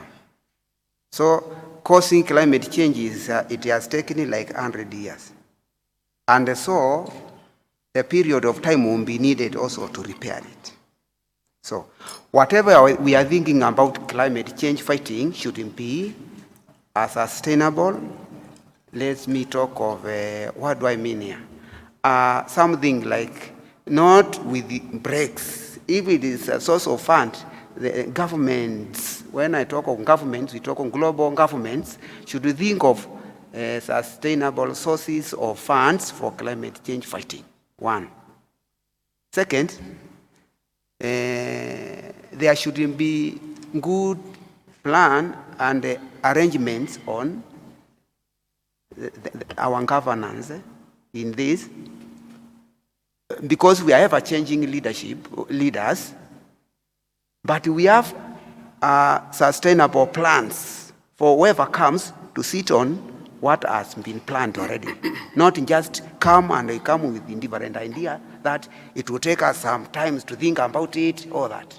Yeah, to put as a role now, as a rule, that this should be done and have a time frame. If we say 100 years, it is there for 100 years. Whoever comes there finds a minute which says we are doing this for 100 years. Well, I lack terminologies. I lack the terminologies for this, what I'm trying to drive across. But if government can share my feeling with me, can have long-term plans for everything. And also I can say, we voters now, we can as well start training our people on who to vote for, because it needs sound-minded people to see this, what farmers are saying. These people who are at the grassroots, what they are trying to press. Because the leaders, it's like they are very happy seeing community starving, because when they call, we will come running. We want to stand by ourselves. So if a solution can be found to put concrete solutions to this, what we are saying, we can be thinking that we are moving to the right direction. Very, very, very powerful, Kisilu. You're saying that we need to have the voices of communities for sure in influencing decisions of those long-term plans and plans that transcend across the different leaderships that come and go. And I totally agree with you that it has to be something that whichever leadership comes in is able to take up and continue with going forward. And over to you, Obadiah, then lastly, Sadia. The implementation of the climate change in whole should be implemented very well. Other things will follow. If this one is implemented very well, things will work smoothly and without any problem. Because the county government, its own CIDPs, County Integrated Development Plans, the climate change should not be like something that is, you can give them something small. No, let it be put there in the County Integrated Development Plans, that they know there's a climate change, but that should be allocated. But not that 1%, that 1.2%. I've seen it. No, there should be something done. If that one is implemented, and the formation of the county climate change fund boards and all this, and then it trickles down. Not in those offices, no. It should be trickled down to the ward level. That's where the vulnerability, everything is, and therefore things will be tackled and there will be no problem. Things will move as far as climate, because you cannot be talking about climate change as though we are joking. It is a very serious issue that should be taken very seriously. Somebody sitting in Nairobi or else may not be feel it, but when you go there, you will see, yes, the effects of climate change. So if the implementation of that law is implemented very fully, there will be no problem. Thank you. Again, on implementing plans and not just having climate change work separate from the other sectors, but ensuring that climate change work is integrated into the other sector plans and implemented. Thank you very much. And finally to you, Sadia. Kile ningependa serikali wafanye, county government, hata isipokuwa kuna mkakati imewekwa, kuna sheria imewekwa inaitwa Climate Change Act 2020. Kuna mahali imefika lakini bado haijaanza. Lakini kile nataka ni jamii, wananchi na serikali, county government wakaribiane. Wasiweke hiyo ukuta katikati ya wananchi na wao, ili wasikaribiane, kwa sababu watu wakikuja pamoja ndio wanafanya mambo makuu. Lakini watu wakikaa kando kando hakuna kile wanaweza kufanya. Wananchi wapewe mafunzo na hii trainings ifike huko mashinani. Sio ati wanachukua hapo wapita njia tu wenye hata hawawezi enda fikia wengine. Wamama, vijana na wazee wahamasishwe, wajue haswa climate change ni nini. Kwa sababu watu wengine hawajui. Wengine wanasema kile imeleta hii janga ni laana, sijui ni nini, wanaelezea na njia tofauti. Lakini hii mabadiliko ya hali ya anga ni watu ndio wameleta.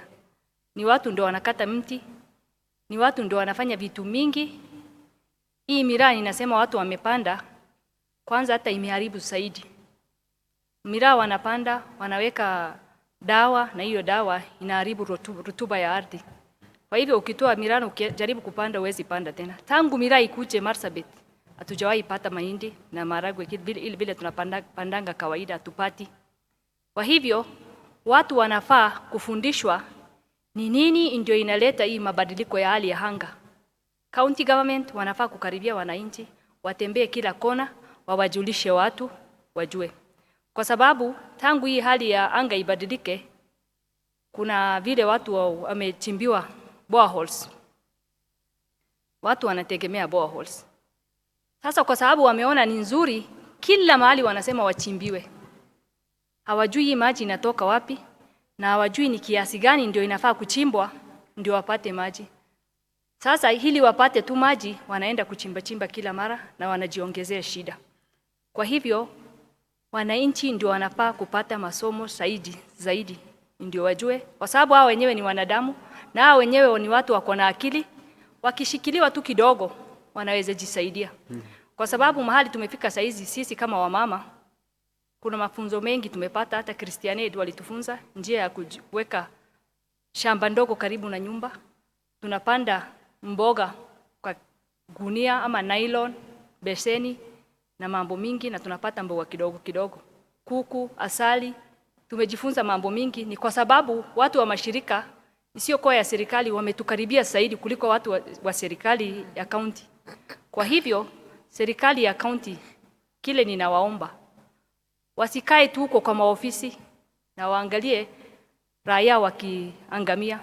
Kwa sababu yale inaendelea Marsabit saizi. Wiki iliyopita watoto watatu waliuawa, ikiwa mtoto wa class 3 ndani, grade 3 ndani. Haya yote imeletwa kwa sababu watu hawajui haki yao, wanaangalia watu wa siasa, wanapigana kwa sababu ya watu wa siasa. Na shida sio hapo, ni kutojua ndio imefanya wapoteze watu wengi. Now to our final word as we end the session. If you had an opportunity to speak to an audience, like the one Kisilu attended, the COP, there's a COP that is happening this year in the UK.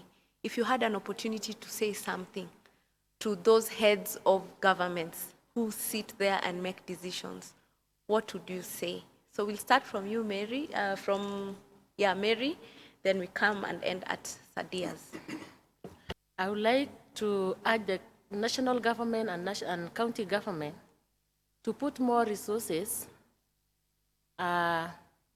to climate change, and in line with that, to do more trainings to the community, and they come out from their comfort zones, and then they come down to where the problem is. Yeah. Developed countries, some of them are undermined. They are not willing to give finances. That climate change cannot be done without finance. No, it is a third leg. That is adaptation, resilient. How are this going to be maintained without money? No, the finance must come.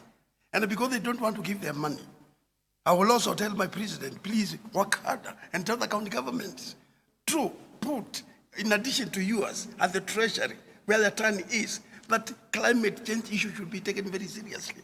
And a lot of money must be pumped to the levels where actually the climate change should be handled very carefully. Therefore, surely, if I could be given time to talk in Paris, those conferences, I would tell the world leaders, let's talk. These others are coming, cutting tree. All these things cannot be done unless there's money. And this money will act as a catalyst. It will not prevent other people from doing all this kind of spoiling the environment.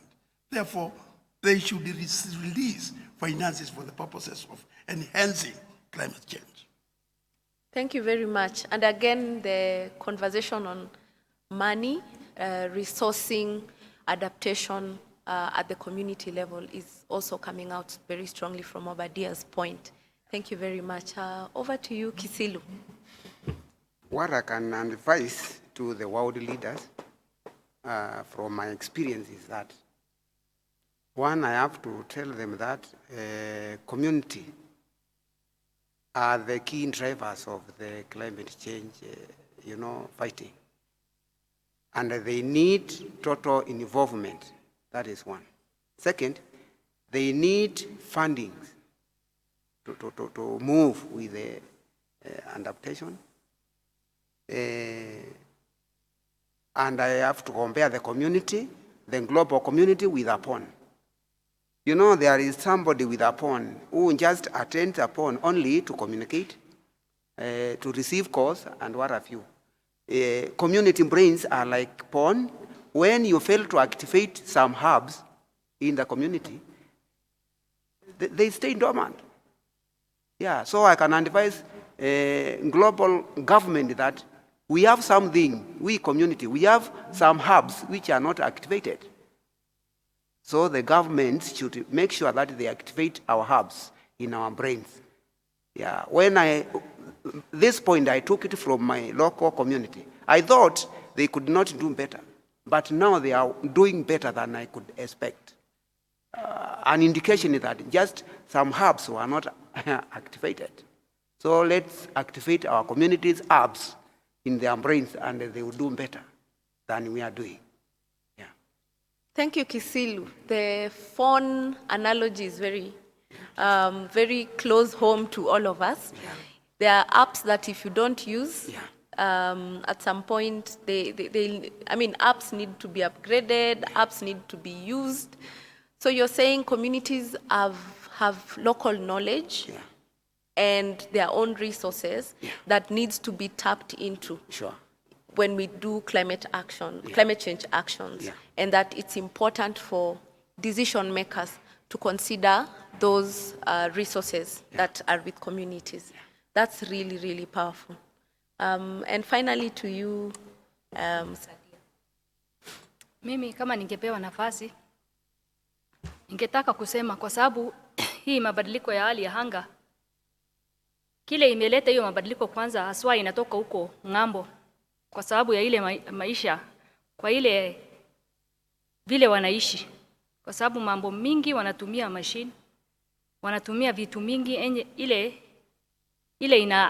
inabadilisha hali ya anga. Na wao wamekaa tuko, hawajui kama ni hao ndio wamesababisha hii hali.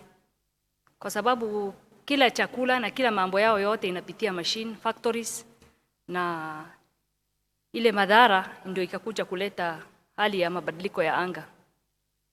Kwa sababu ni hawa ndio wanakaa huko na wengine ni donors.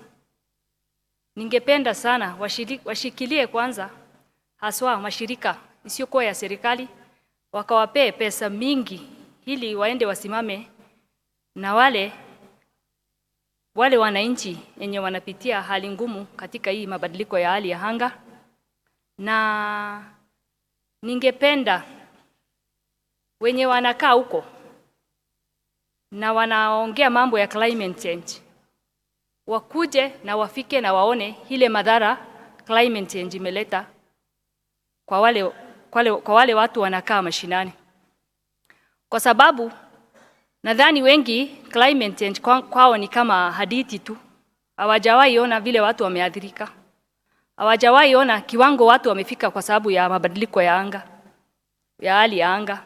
Na nimesema watu wa mashirika isiyokuwa ya serikali washikiliwe mkono kwa sababu ni hawa ndio wanakaribia sana wananchi. Na serikali pia wanafaa kusaidiwa, lakini ile usaidizi inapita kwa serikali haifiki haraka kwa wananchi. Kuna pesa naona watu wanapewa ya anga safety net, sijui inaitwa nini, anga safety. Kuna pesa imewekwa, waliweka mkakati watu wapewe wakati wa jilali, na kwa muda mrefu hatujaona. Kwa hivyo hiyo pesa kuna mfuko inaenda na inakwamia hapo. Lakini kama ingeenda kwa projects ingefikia wananchi. Wow, I cannot say anything more. I think Sadia is asking for accountability, that whatever funds that and resources that are set aside for responding to impacts of climate change, that this money actually is used to that end. And I think, in summary, what this roundtable really has said is that communities have resources, communities have a role to play when it comes to climate change action. The community is at the heart of climate change impact, and you cannot separate their involvement when it comes to thinking of interventions from spaces where those decisions are made. So that's the key message that we are taking away, that communities are doing something at their own level, in their own small way.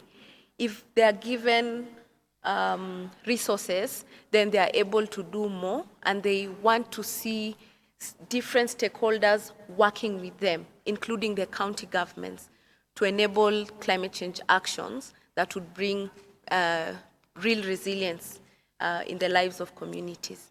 So we are going to the question and answer session with Wanjira from our virtual audiences to be able to hear if they have any questions to the panel, and then we continue.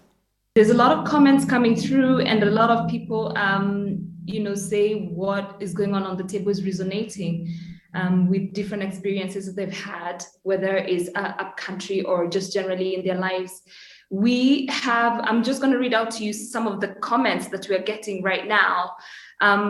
We have Jeremy Atambo who says, I like how leadership takes the center stage when it comes to climate change. Moreover, I do agree that women should be part and parcel of the decision-making process. We have Apa Mwambeo saying, my community in Taita Taveta is helpless.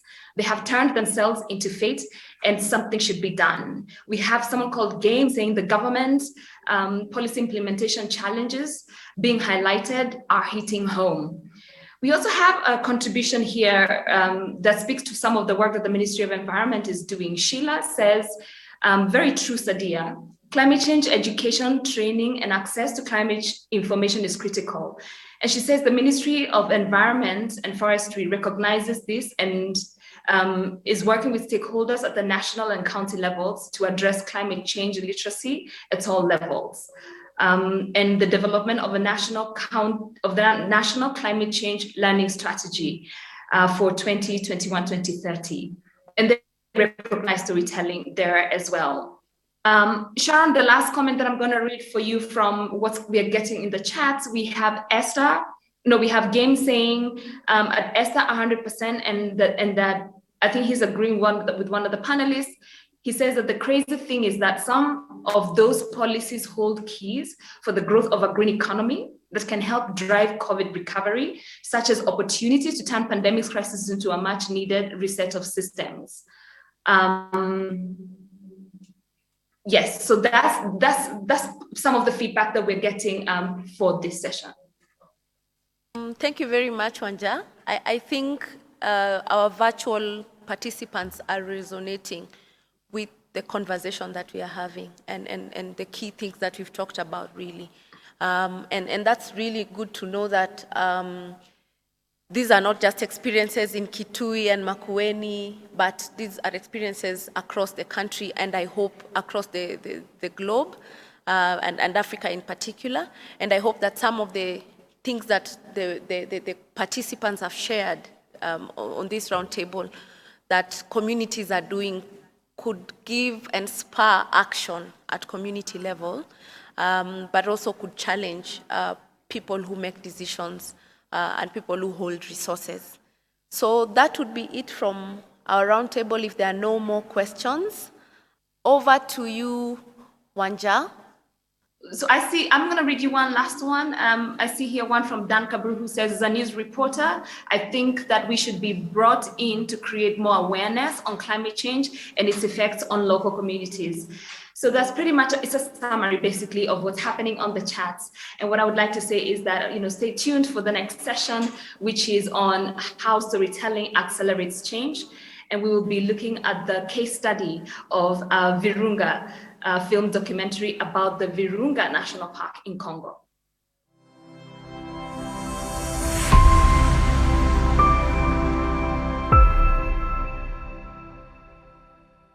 Hello everybody, and welcome to this energy panel at the Climate Story Lab Africa. Today we're joined by an incredible panel of speakers who will be sharing stories with you that are interrelated with the energy and climate nexus. But before we go into the conversations today that will be focusing on why green energy is a big deal for Africa, we will be having an incredible group of artists who will be illustrating the conversations as we go along today. And the reason for this is so that we can have a simplified way of understanding some of the technical language and technical jargon that accompanies these conversations on a daily basis. At this point, I want to introduce Billy Mugambi to introduce the Art in Motion space. Billy. My name is Billy Mugambi, also known as Mr. Sketch. I am a climate change advocate, but I'm also the education evangelist for Kidato School, which is a fully virtual, fully online school. And climate change and climate action is very close to me because of my experience as an artist, but also as a teacher. Without further ado, I'm going to introduce two of the very best visual artists you're ever going to come across on this side of the world, on this side of the continent. I'm going to come to Celeste Wamiru. I know Celeste from my college years, and Celeste is a digital illustrator, and she is also very passionate about climate change. Yeah, hi Africa. My name, as he said, is Celeste. I'm an illustrator and cartoonist, proudly in this side of the Sahara. I have done cartoons about environment and climate change from an African perspective, from an East African experience, just getting the masses to have conversations about what's happening in this space through my editorial cartoons. And I'm excited to be here. Thank you. Thank you so much, Celeste. We are excited to have you here with us. Now, over on the other side, this one's also a special one to me because we're namesakes. This is Bill Okutoi, and he is an illustrator and cartoonist. Bill, what's your story? Hello, Africa. My name is Bill Okutoi. I'm an illustrator and a cartoonist. I'm glad to be a part of this noble endeavor. Let us do whatever we can to help to change the world. Thank you. So there you have it. We will be taking the conversation from the boardroom to the chat room to the streets through the visual arts.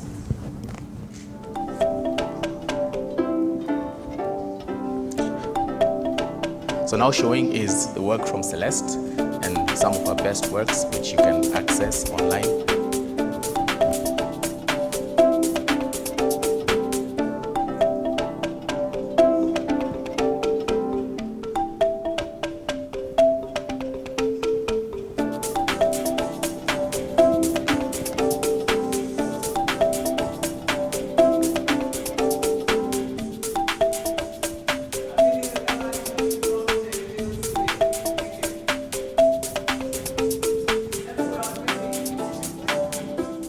that was Celeste's work, which you can access online at any point. Celeste, do you have a social media handle that we can access your work online? Absolutely.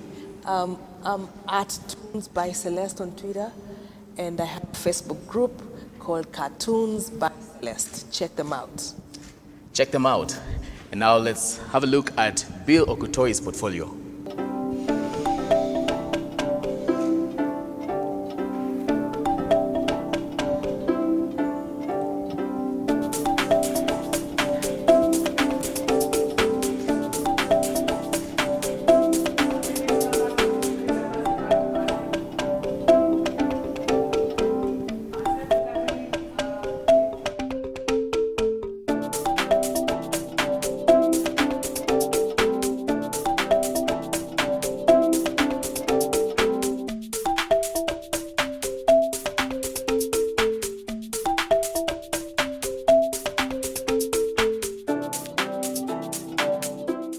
And there you have it. That is Bill Okutoi's portfolio. Bill, how do we find you online?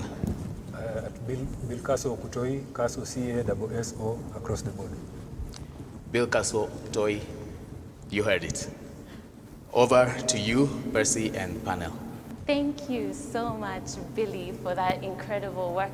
Truly exciting, and we're looking forward to seeing what happens as we continue to sit around this virtual fireplace to share energy stories. So as we will be telling stories, I want to start by introducing myself. My name is Pasi Amayo Ogola, and I am excited to be a moderator for this session.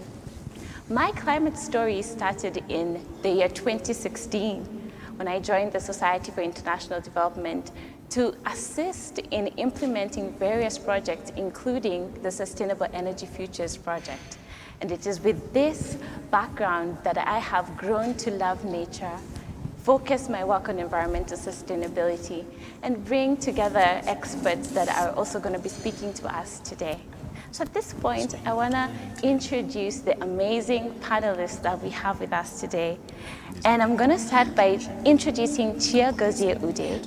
He is the global focal point at the SDG7 Youth Constituency, and he will be joining us virtually. Also with us today, we have Halima Hussein, who is an energy and climate legal practitioner in Kenya, and she is going to be sharing with us some incredible stories from the legal space and her work in advocating for energy and climate sustainability practices at the legal spaces. We also have with us Mathai Wakoli, who is a certified engineer and a sustainable energy expert who will also be sharing her story with us. Also with us, we have John Magiro, who is a founder of the Magiro hydropower plant in Murang'a, and some interesting tales will be coming from him as well during this discussion.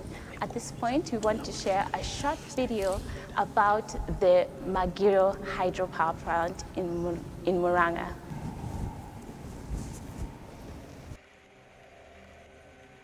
Kijiji yenye hakuna stima ama kwenye hakuna maendeleo, huaga giza inaingia mbele ya kwenye kuna stima. Percentage kubwa, even today, unakuta mpaka simu hawana. Kwa nini? Juu stima hana. So unakuta ya kwamba live yenye anakaa, live yake iko nyuma sana.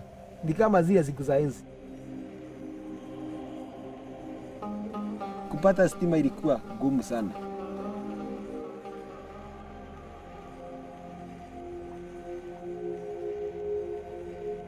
My old brother akienda kazini, kutoka kwetu university mpaka kwa barabara, ni mimi nilikuwa namsukumia baisikeli mpaka pale. Akianzia kuride, ilikuwa masaa ya 1:30, nikaona ya kwamba inatoa mwangaza. So kutoka hapo fikira zangu zikaona ya kwamba to solve the problem yenye iko kwa community, inabidi nitumie plan B ya baisikeli, niende ningoe ile dynamo ya baisikeli, nipeleke kwa mto, nione kama naweza pata stima.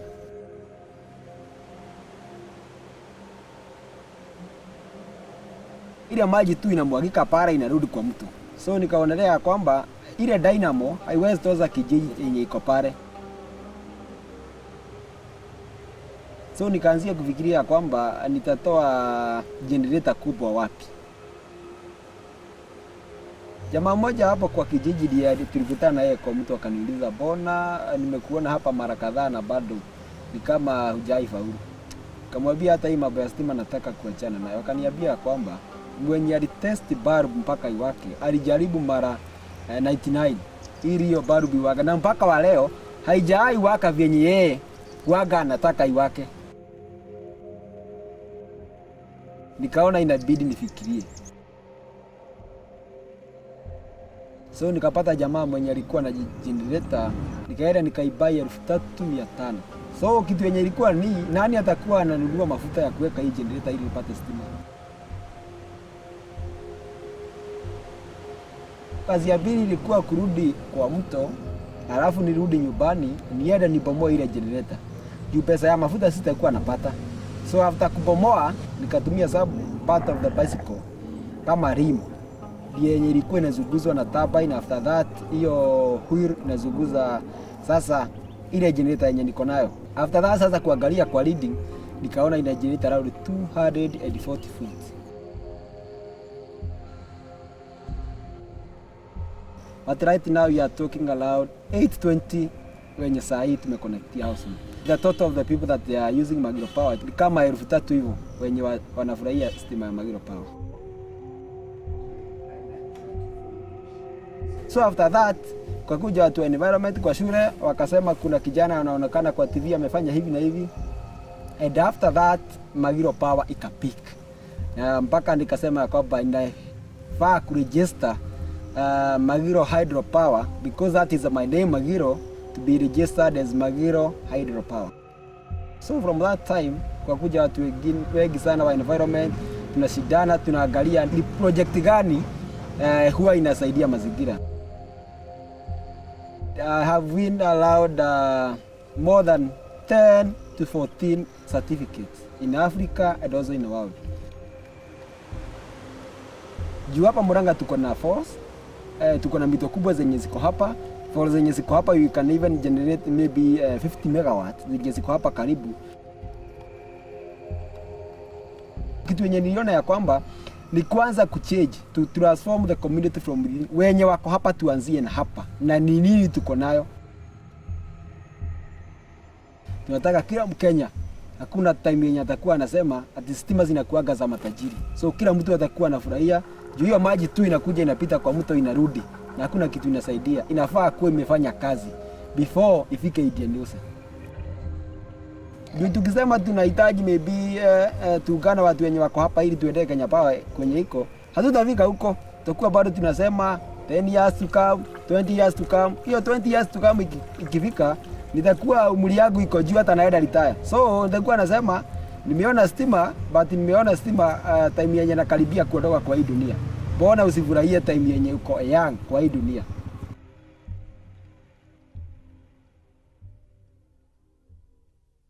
What a powerful story about energy democracy and the plight towards achieving energy access, addressing energy poverty issues, but also energy affordability issues. So thank you so much, John Magiro, for your effort. And we're really looking forward to diving into that conversation and hearing more about your journey and experience. In 2018, we decided that we wanted to use storytelling as a tool to simplify some of the critical issues that take place in the energy sector. And so Energy for Whom? Scenarios for East Africa was a publication that we published in partnership with the Heinrich Böll Foundation and the Society for International Development. And these are really stories that capture energy poverty issues, energy access issues, energy affordability, and efficiency, but looking very close at achieving a sustainable energy future in East Africa and Africa as a whole. And these are the conversations that we're going to be bringing to you today. But before we even jump into some of the deep critical issues, I want to come to our panelists on this stage and just ask them to each share with us what is their energy story, how did they get into the energy space, and how is sustainability a key issue within their work in the energy space? But let me turn to you, John. Do you want to tell us how your energy story started? What inspired you to get into the space where you actually founded a hydropower plant in Murang'a? Yes, let me say that the hydropower that I'm doing right now in Murang'a is a big story because I started when I was very young, that is in standard 3. The time I tried to think on how can I try to solve the challenges that we are facing as a community, because at that time we could not have to be afforded to be connected with the power. And you normally know that in Kenya it is not only the Kenya power that the normally supply the power. So that time from our home to where the Kenya power it was allowed 5 to 10 kilometers. So to be connected with the Kenya power, and also at that time to get the money to pay for the Kenya power around that 5,000, it was a difficult situation. At that time, it was a rich guy that could be able to connect the Kenya power. So my old brother was doing a job of the watchman for a certain factory that is near the village. We called it Kayu.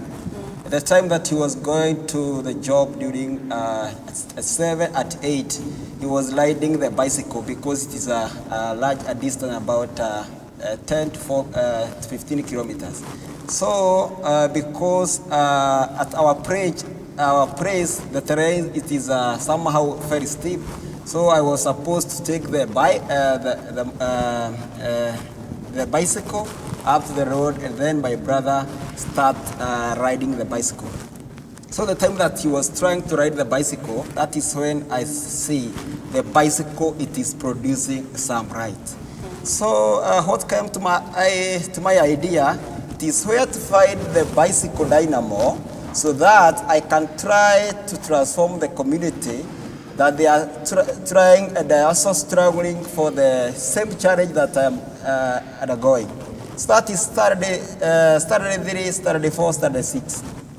So the time that my old brother came up very early in the morning, it was on a Saturday because that time I could not go to the school, Saturday to Sunday. So I make sure that I remove the bicycle dynamo, and then I make a wooden turbine that I put to a certain river that is there within around 300 meters. So the time I connect the wooden turbine and also with the bicycle dynamo, and then I put a simple ramp. So the time that the turbine is being rotated by the water, the wooden turbine, it starts producing some light. So the challenge was from where the river it is up to my home, it is a distance. So to get money to board at a certain wire, and you know the copper, it is so costly, I could not make it. So from Saturday 6, Saturday 7, I stopped about the energy. So I started doing for the agriculture, so I started farming the rabbits. At that period, I done it well because I could have around 700 rabbits. At that time, the rabbit, I was selling it at 3,000, 4,000 because it's a big rabbit. So that is where I get the finance now to be able to bore the wire from the distance from the river up to my home. So all the other challenge that I face is that where I could get the relief of putting the wire, some of the community, they say no. So what I then use, I find some of the container that you normally have the ink of the painting of the house, I cut it for a pieces so that I could try to look or the turbine can be rotated by the wind. So that time, the dynamo was being rotated by the wind, and then I removed some of the parts of there is some of the torches that have a certain battery inside. So the time that the dynamo was being rotated, it was charging that certain battery. So I went, that is a Form 1, Form 2.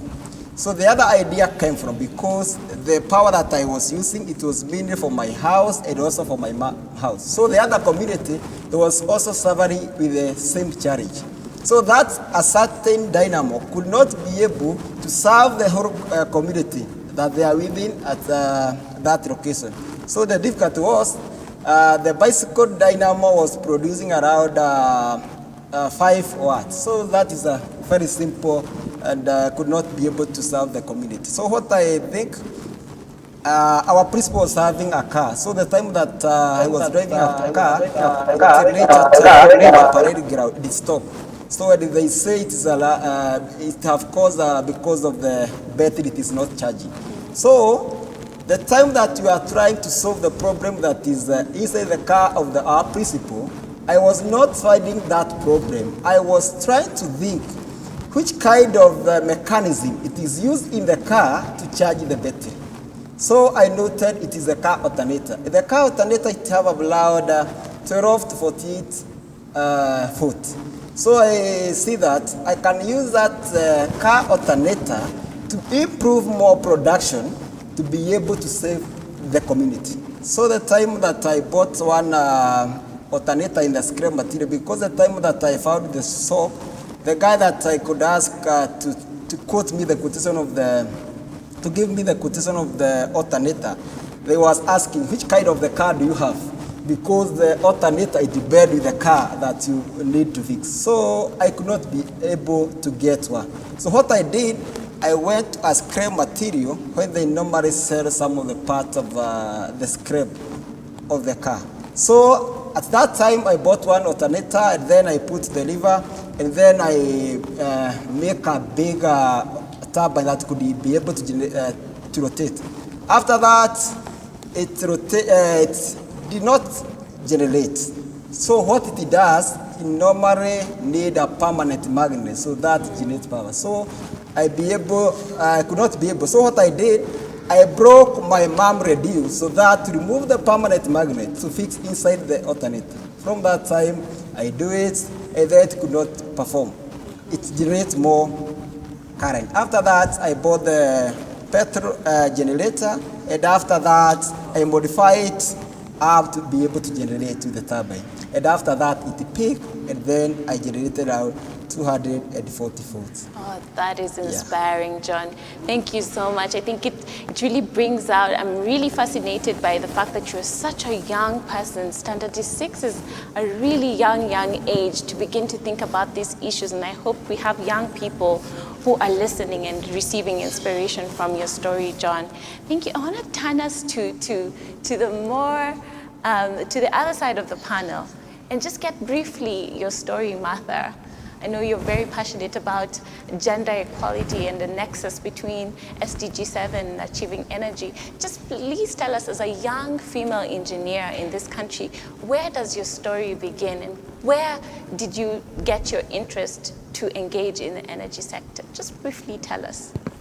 Thanks, Pasi, for having me and having me on this panel. This is really exciting for me because as a scientist, I don't get a lot of time to tell stories as part of my day job, so this is pretty cool. I guess I'll start from where Wanjira stopped, which is he was trying to address a problem that exists today. So if you'll indulge me, I'd like us to just take a few minutes and transport ourselves into the future. So assume that the year is 2080, assume there's 3 billion Africans on the continent, but assume that all those Africans can afford and can access extremely cheap electricity. So if you think about it like that, what that suggests is that the electricity will be so cheap we can mechanize all our agriculture. The electricity will be so cheap we can digitize all our education. The electricity will be so cheap we can electrify all our transportation and actually connect African countries to each other.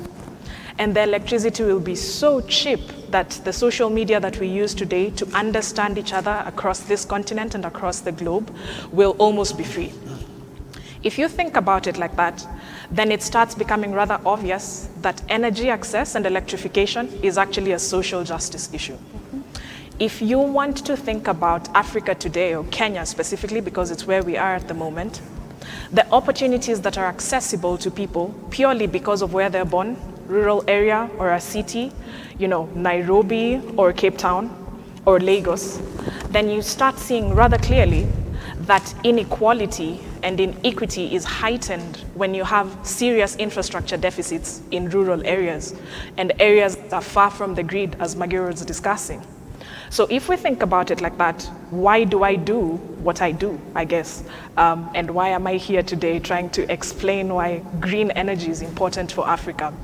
One, because I think on a very fundamental level, Africans deserve to live a life of dignity and comfort because we are people, just really basically, because we are people, we deserve a good life. But more specifically, because of where we're at now and what we understand to be our reality today, is the idea that we really, really need to rely not just on external help, but on ourselves to make that vision that I've just painted a reality. So a lot of my work revolves around trying to make that future that I've just described a reality. A lot of my work as an engineer, a lot of my work as a project manager. But as another thing that I do as well is to try and design a world where I would like to live in as a woman in this continent. And so I do tell stories about other female engineers as well, who are trying to contribute to this vision of a future that we are trying to create here. And their stories are shared on a publication that's freely available online called Co-Engineers. Why I think that's important is because I think we need to harmonize the idea of who Africans present themselves as and who we know ourselves to be. I think it's really important for us to see ourselves in a future that is comfortable and dignified and that is created by us. Thank you. Thank you so much, Mathai. I think it's very powerful what you said, that Africans deserve to live a life of dignity, and having access to quality, reliable, and safe electricity, power, energy sources is one of those ways of achieving that dignity that we need as Africans. Dare I turn to you, Halima, as a legal practitioner, and now focusing specifically on energy and climate, especially litigation processes, because I do know you have participated in some of these, court cases that really look at unsustainable energy farms. For me, I'm really interested in getting from you, where does your story begin? Where did the interest come from as a legal practitioner?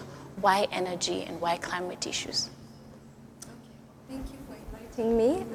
I'm really happy and excited to be on this panel and to tell stories, which is something that I also do not do as part of my work. Specifically creative stories, interpreting law and policy. So my climate story started in 2014. I was working as a pupil in Parliament, and we had 3 bills that came before the Senate as well as the National Assembly. We had the mining bill, which was undergoing comments. It was at the committee stage, and we had different stakeholders coming in to give their comments.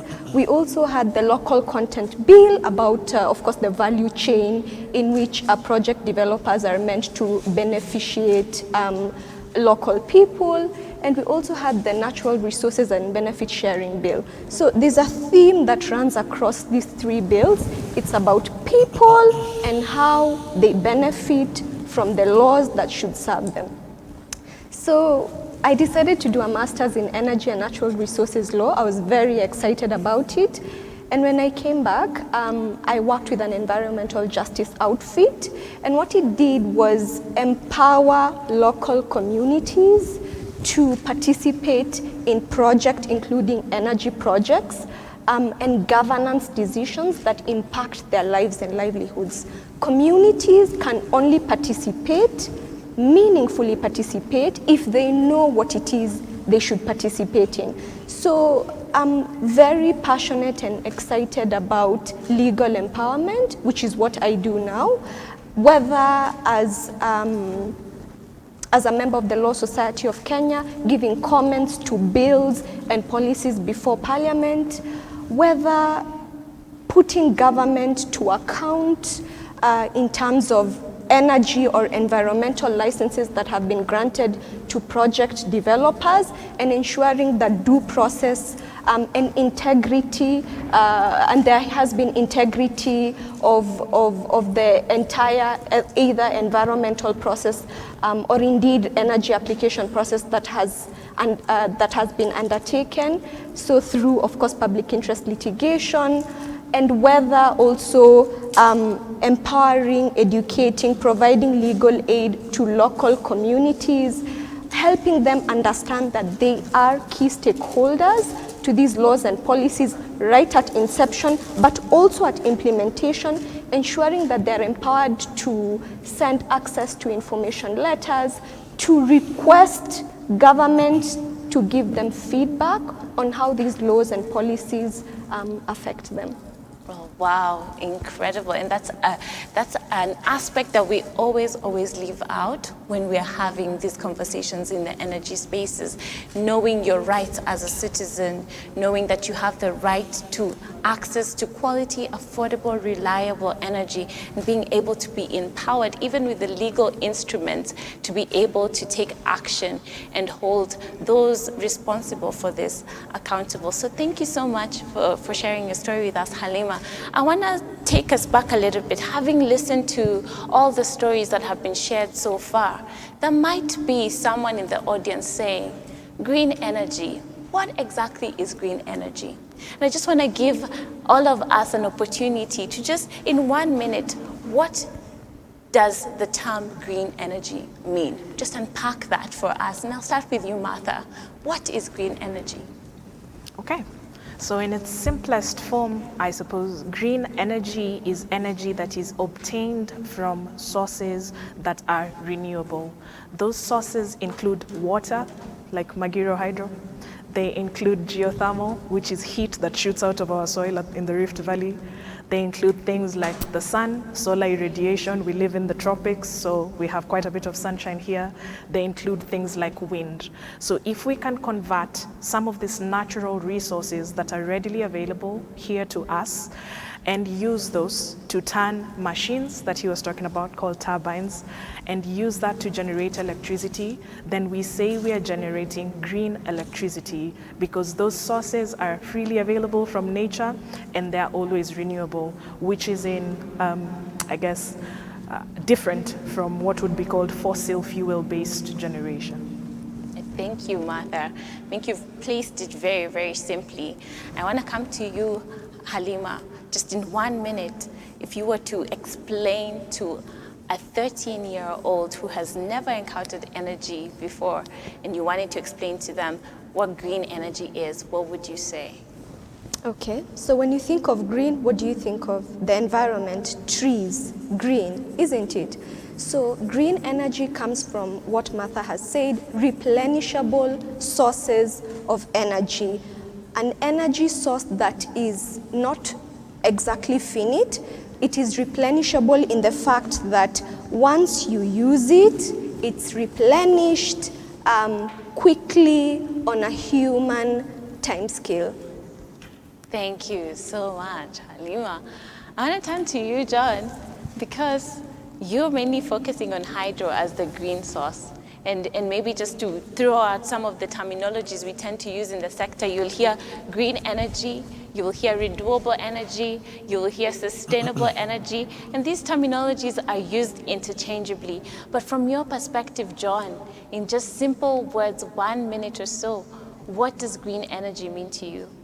Normally focus green energy, meaning as some of like water and the soil. Because that they are not mainly created by a man, it is there.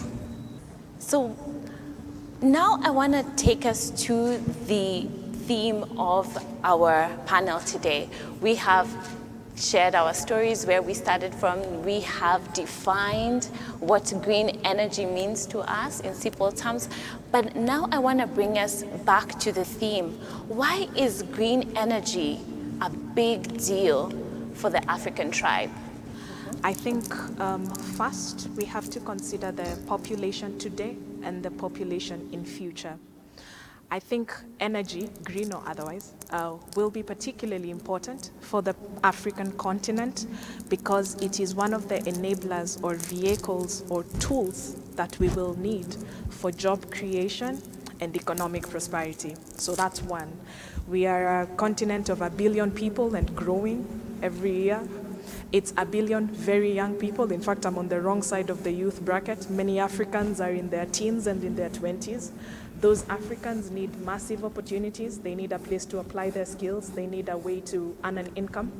And one of the ways to enable them to do so is to provide them with energy that allows them to do manufacturing, agro-processing, transportation, that kind of thing. So fundamentally, I think it's really important for us to provide the energy that is required for Africa to be a high economic engine for all the citizens of this continent. The second reason, I touched on it briefly also at the beginning, is an issue of equity. I would really like a future where more women and girls don't have their value measured by how much manual and paid labor we can be doing. There's appliances that do 90% of the household work that we spend quite a bit of our time and effort doing today on this continent, whether in rural or urban areas. If we have energy that is affordable and accessible, what that means is we free up the time of women and girls to live up to their highest ideal, to assert themselves and to apply themselves to doing the things that they actually want to be doing with their time and possibly enjoy to be doing with their time, you know? So I'm really interested in a future where women get to choose how they spend their time and effort because the choice is available. We don't seem to have that today. And then I think finally is an issue of competitiveness. As I said, we're about to be a 3 billion people continent. And the thing is, we are a massive market. If you think about 3 billion people each giving you $1, we are the hotbed of marketing at this point. But what we also need to be is a massive producer. Because we can't simply just be accepting things from other people when we have the capacity to create things here as well. So Africa has always been a continent that creates things. It's just that we create things for global consumption and hardly any for our own internal consumption. So it would be interesting and fascinating for me to see what the green energy revolution would do in allowing us to be competitive, to be a mass producer of goods and services that can be used, yes, internally by the 3 billion people African market, but externally as well. I think there's quite a few things that Africa can offer the world that we are yet to do so because we don't have access to the energy that we need to do so. Very powerful. Africans for Africans, not just being receivers, but also being the innovators in the space and creating that future that we want for ourselves. Mathai, I come to you. Why is green energy a big deal? I know you touched a little bit about it when you were sharing with us your story and how you got into the space. But from a legal perspective, why green energy? Why is it a deal? Why should Kenyans, Africans give priority to green energy solutions, forms, sources, and really advocate for those sources of energy? Commitment to ensure that whichever resources we have been given, left for by our grandfathers, is there for our grandchildren. So the fundamental, at our core, we need to ensure that whichever resources that we have are the same resources, or at least leave them in a state that our grandchildren can use them. And green energy allows that. It allows us to develop and live an environment that is still livable, sustainable for our grandchildren. And the second reason is Africa, even though it has contributed the least amount of greenhouse gas emissions, so about 2 to 3% of global greenhouse gas emissions, we are the most impacted by climate change. So we have a responsibility to ensure that we do not shoot ourselves in the foot. We have to transition to green energy, to renewable energy for our own survival. The third reason is we already have these resources. We are rich in solar. We have massive amounts of hydro, wind, even tidal energy, ocean energy. Why would we want to use resources that are expensive, that have a carbon price, that are expensive environmentally when we have to decommission? Why don't we use resources that are naturally available to us, that are now cost competitive compared to non-renewable resources, and ensure that we kill two birds with one stone?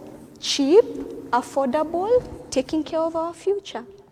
Oliver, I think you bring in a very interesting point, and that is legacy. What are we doing now to secure a sustainable energy future for the generations to come? So it's a twofold. I love that, legacy, and that's why green energy is important. So thank you so much for that. I have a follow-up question for you, but I want to turn to you, John, to just tell us, for you, why green energy? Why didn't you invest in a different source of energy to power your village, your home? Why did it have to be hydro? I think on my side, I can rock as the green energy in one way. Mainly, if you get affordable and reliable power, that is a time that you shall not end up on using green energy. Because the non-green energy, it is so costly. And that if you look on what is there, we normally have the sun that is there at the time. And also we have the water is there. So if you normally focus on the water, on the hydro, you should not have a lot of cost than mainly looking for the non-reliable, because the production have become very high for the factories, because the energy that you are using there, mainly it is not reliable and affordable.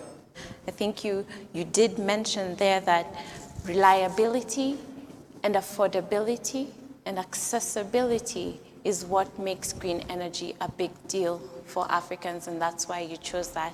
I want to turn to Chiagozie. I'm really crossing my fingers we get to hear you at this point. And I'll just circulate back to the first question to you. How did you get to the energy space? What is your story? I'm really happy to be here and happy to hear the fellow panelists who've raised really crucial issues. I'm really excited to hear all this conversation. For me, I lived in Nigeria for a huge chunk of my life, and during my undergraduate days, I did work as a student broadcaster, on the radio, and I was quite engaged internationally in a bunch of things, and I didn't really have sufficient electricity to be able to meet, my workload as my colleagues from the global north would be meeting theirs. So I had to spend a lot of time probably sleeping over in the radio studio or finding a hotel to lodge in, or I had to stay outside my house a lot of time to be able to meet my basic, study needs and engagement needs, something that my colleagues from all parts of the world were able to do from the comfort of their home. So this was a very, a serious issue for me because it reduces my productivity, gives me a lot of discomfort, and stresses me a lot, and in this situation, you're not very optimal in your delivery. And then I started engaging, of course, in the international space. And one thing that particularly struck me was when I normally could go to Germany for different, conferences or different events, and I find the model that they're using for their energy, some kind of community energy systems that they're using to utilize solar and give citizens a lot of independence, something we describe as energy democracy. And they're able to produce electricity, they're able to sell to the government, they're able to use as much as they want and as when they want and how they want. And it was really inspirational for me. It was a good starter for me to really drive the energy conversation. And I think looking back now, it's been an incredible journey of driving this conversation and trying to create spaces where young people engage in energy conversation at a global level. Thank you, Chair Gozier. I think now that we have you and we haven't really had much of your voice, I want to throw in a question that should have come to you earlier. I know that you have been participating at the global level in the high-level dialogues on energy. And my question to you is, What are the conversations taking place in that global platform, and why should Africans and the African tribe pay attention to what's happening at that level? Of course, as we know, the conversation is about renewable energy, sustainable energy, clean cooking, trying to move our energy system into a very sustainable one, both at the developing country level and also in the developed country. So this conversation is happening. It's about improving technology. It's about financing, especially for countries in the global south, African countries as well, that are not able to finance this at a very large scale. It requires a lot of funding, a lot of capacity building, a lot of upskilling for people to be able to deeply engage here. So there's a lot of conversation also about bridging the gender gap in all of this. But it's very important that Africa is deeply engaged in this conversation. Like I think it was Halima that was mentioning, this is critically important because Africa has incredible resources at their disposal. We have the sun, we have other natural means of energy, we have the wind in sufficient fold. So there's really no excuse for us not to be able to tap into this resource. When I go to Abuja in Nigeria, I have average temperature of 35 degrees C, and the country has, I have also been to Kenya a couple of times. So these countries in Africa have about the highest solar radiation in across the world, maybe behind countries in the Middle East, and it's a no-brainer that Africa should be in this conversation and should be leading it actually, because we have a natural resource directly coming to us. Here in Geneva, where I am, we of course we see the sun a few times, but it's not as consistent as we see like in Africa. Yet we use solar in a bunch of places here. So imagine with the limitation we have with the weather, if we had enough of the sun, you can imagine how much solar will be dominating here. So I think Africa needs to lead that conversation because we have everything in place to drive it, and we can create this market for ourselves. We should not allow people to create markets for us and transfer technology to us. We can actually take a lead in this, and it helps us, get into a green future, reduced emission, no damages done, new jobs created, a lot of healthy living. So it's really important for us, and it could be very key in driving an industrialization that could happen in the continent. Thank you, Chair, for sharing that with us. And Chair, you raised something that I want to bring to the panel on the ground, and it's the issue of resources. Africa has been highlighted to have a great renewable energy potential just from the accessibility of the natural resources that we have, the sun, the wind, the water. Geothermal energy is also now identified as renewable energy. But there's a different twist and some narratives that we hear that we need to develop in the same way that other continents developed as well. And as we know, a lot of the developed continents developed under the use of fossil fuels in their various forms. So given that we in Africa also have resources in the form of oil, gas, name it, is it enough to develop and reach our development potential as Africa using only green energy? There is a debate that we need to have. What would you say to the people who push the narrative that it's Africa's time to also utilize oil, utilize gas for Africa's development? I want to come to you, Martha, to just share with us your perspective about this debate that happens more often than not. And I know you have had this narrative in various platforms. What's your take? So I'll go in and wear my engineer hat and be the controversial person on this panel. The answer to that is that honestly, it depends on the scale that we are thinking about. So today, if we're thinking about Africa in 2050, not 2080, as I initially said so earlier, then the truth is we cannot have an entire stop of what is happening today and transition immediately into generating electricity through solar and wind and batteries in far-flung areas, and completely abandon the centralized grid that runs on baseload sources like nuclear in certain parts of the world, or coal in certain parts of the world, or natural gas in certain parts of the world. So it is somewhat interesting to hear this debate, because the debate is being sort of vocalized at a global perspective, where people say high energy countries need to transition into cleaner fuel because they've already developed, and they need to stop polluting the environment because Africa is bearing the brunt for it. But it would also be counterintuitive if we're thinking about the idea of 3 billion Africans who need opportunities, to say that Nigeria, that has liquid natural gas reserves, or Tanzania, our neighbor, or even Egypt, should completely abandon their projects for liquid natural gas that might be used for cooling and heating, and immediately start importing solar panels because we don't make them here, and electrify a 55 million people country like Tanzania with solar only. So I think there has to be an honesty around understanding the complexity of the problem. We oversimplify the discussion by having an either-or dimension, as opposed to thinking of phasing sort of the approach to getting an optimized solution for our people as Africans. I do think there's a space for these things to coexist. The how those things will coexist is what we are trying to do today, which is why there's endless panels talking about energy in Africa and what we should do about it, because we don't simply have the problem of environmental concern alone. We have a problem of access, we have a problem of affordability, we have a problem of scale, and we have a problem of inequity. None of those can entirely be solved by saying we'll just go with option A alone. So I think we have to broaden the discussion a little bit and understand the complexity of the situation.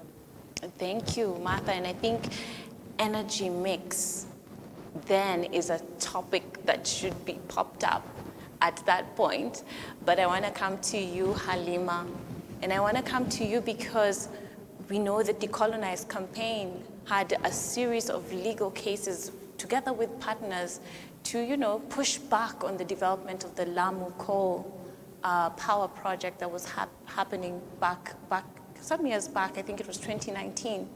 From a legal aspect, what have you to say about this narrative that we need coal to be able to develop to the potential that we need, or we need oil to be able to reach that threshold of development as Africa?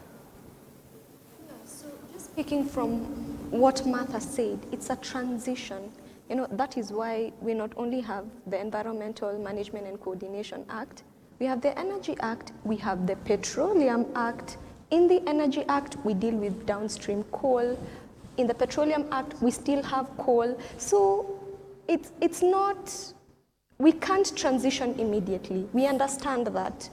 Our main priority right now, as per Vision 2030, is to develop as fast as possible, but sustainably. And that means having in our energy mix, not just renewable energy resources, but IPP producers who give us thermal power, because we need that. So it's true, yes, we need to have our focus on renewable energy, but it's not feasible to get there immediately. And we also need to ensure that we look at our national circumstances. And if we have petroleum and we need those monies to develop, if we have other finite resources such as coal, yes, of course, Decolonize was a big movement, but if you look at the case, the legal case, it was not anti-coal. It was not completely anti-coal. It was about due process. Yes, you want to have a coal plant in an ecologically sensitive area, you need to put mitigation measures that take care of the harms that we already know come out of coal. So I am a true believer in sustainable development. I'm not anti-finite resources. I think they're important. That is why the developed world got to where it is right now, but we've learned we can leapfrog them. We can have our finite resources called petroleum, but we know there's a cost to it because we've seen that cost now and it affects us. So let's transition, but let's transition responsibly, and that's what the law gives us a chance to do. Thank you. Thank you for giving us that aspect, Halima.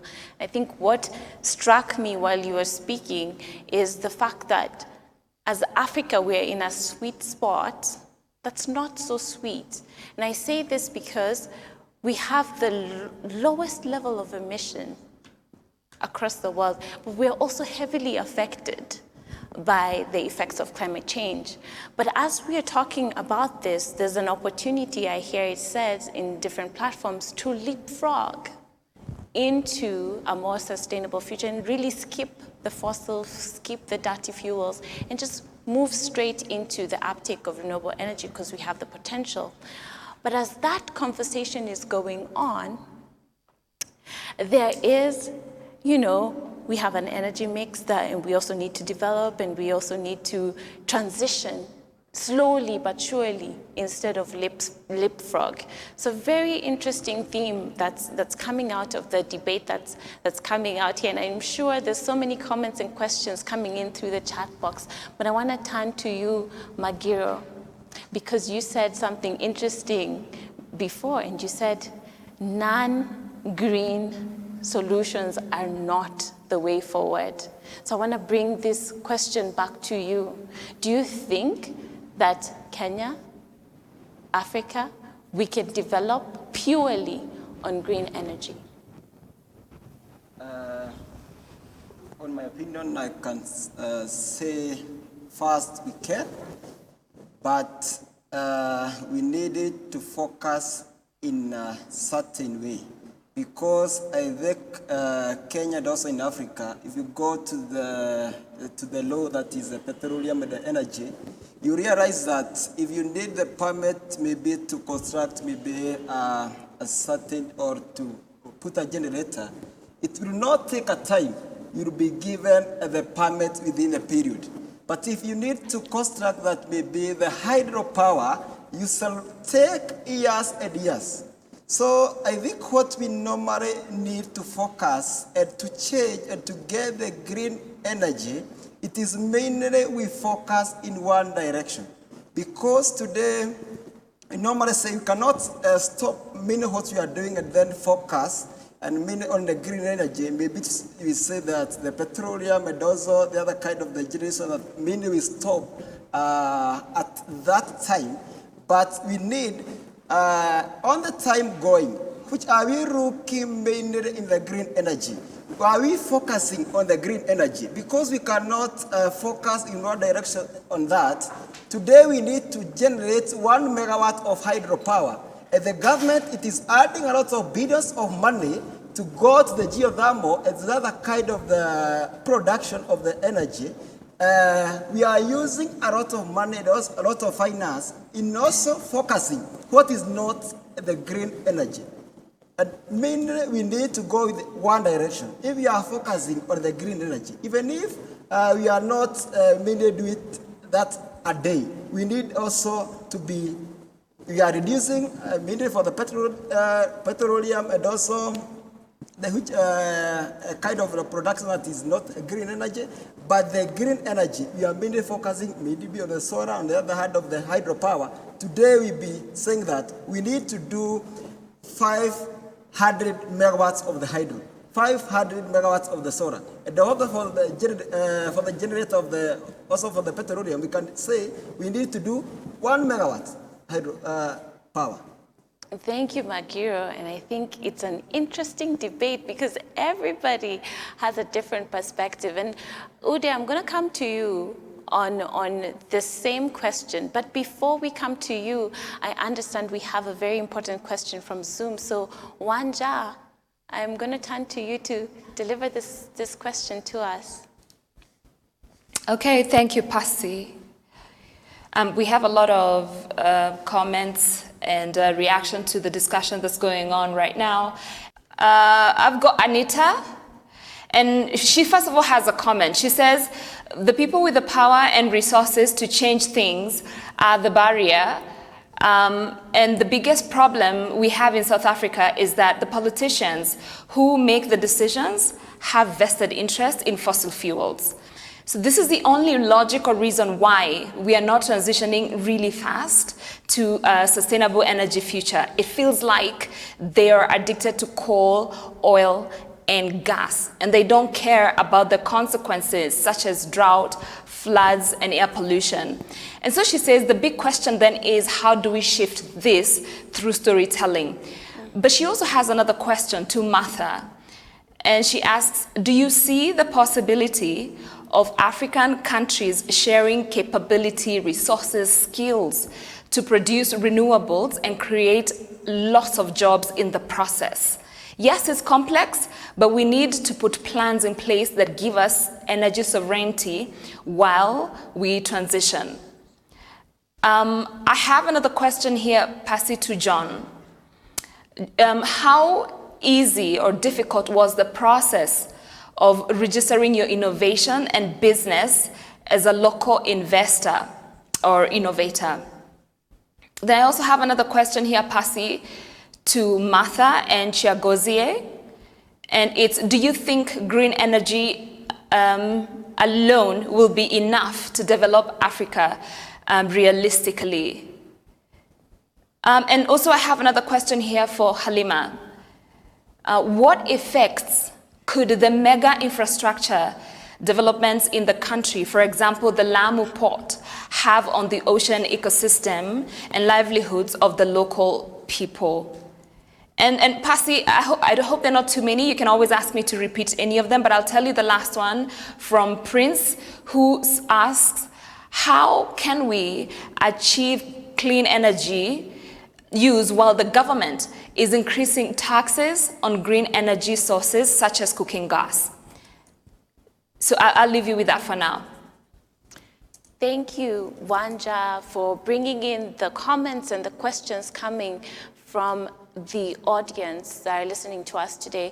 And I think the panelists are well able to answer these questions, and I hope you are also capturing them. I'm happy to tell them back to you and to introduce Wanjira back to tell them back to us.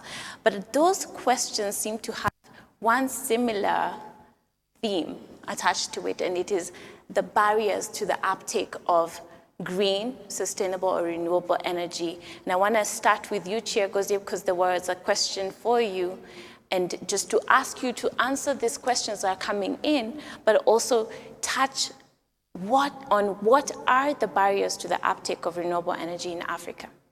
Chiagozie.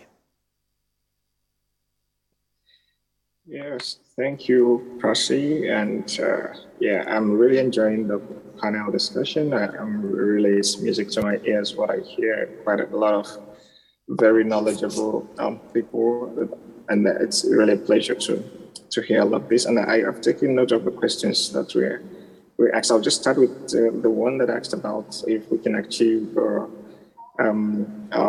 industrialization and development with green energy alone. Of course, it's a gradual process. As was mentioned earlier in the panel, we cannot stop, all the fossil fuel channels or energy components today or tomorrow, but there needs to be a plan that should be followed. There needs to be a cutoff date.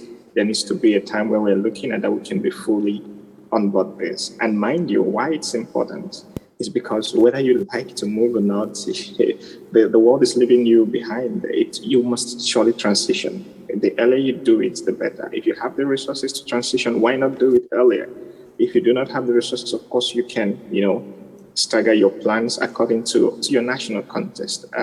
It's really important to understand this. It's not about people trying to beg you to transition or you are doing someone a favor to transition. You must transition because the market is moving. The economics are moving to green energy. So it compels you to transition. It's just about you planning your country the way according to your resources and according to the support you're getting on how you will transition. And it's very important to understand that the earlier African countries are able to take control of this market that green energy provides in terms of production of renewable energy components like solar materials, like the components for mini grids and the rest of them. The earlier we are, even in terms of transportation, even the electric cars to make solar cars, for example. The bit of intricacies I'll just take some time to explain. If you're driving a Tesla in Kenya or in Nigeria, that's fine, that's perfect. It reduces emission, zero emission, fine. But what about making use of the sun that you have in abundance in Kenya to make solar cars? Because I'm sure that if Europe have enough sun here, they'll be making solar cars. They will not make cars that you will need to go and maybe plug in. They will make cars that as you drive, you're charging your car.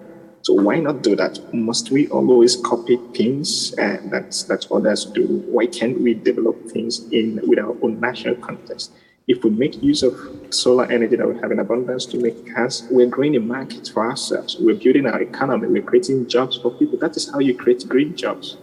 You can't create green jobs by waiting for someone, to develop a market in the Netherlands or in California, and then you start importing cars. You cannot create jobs that way.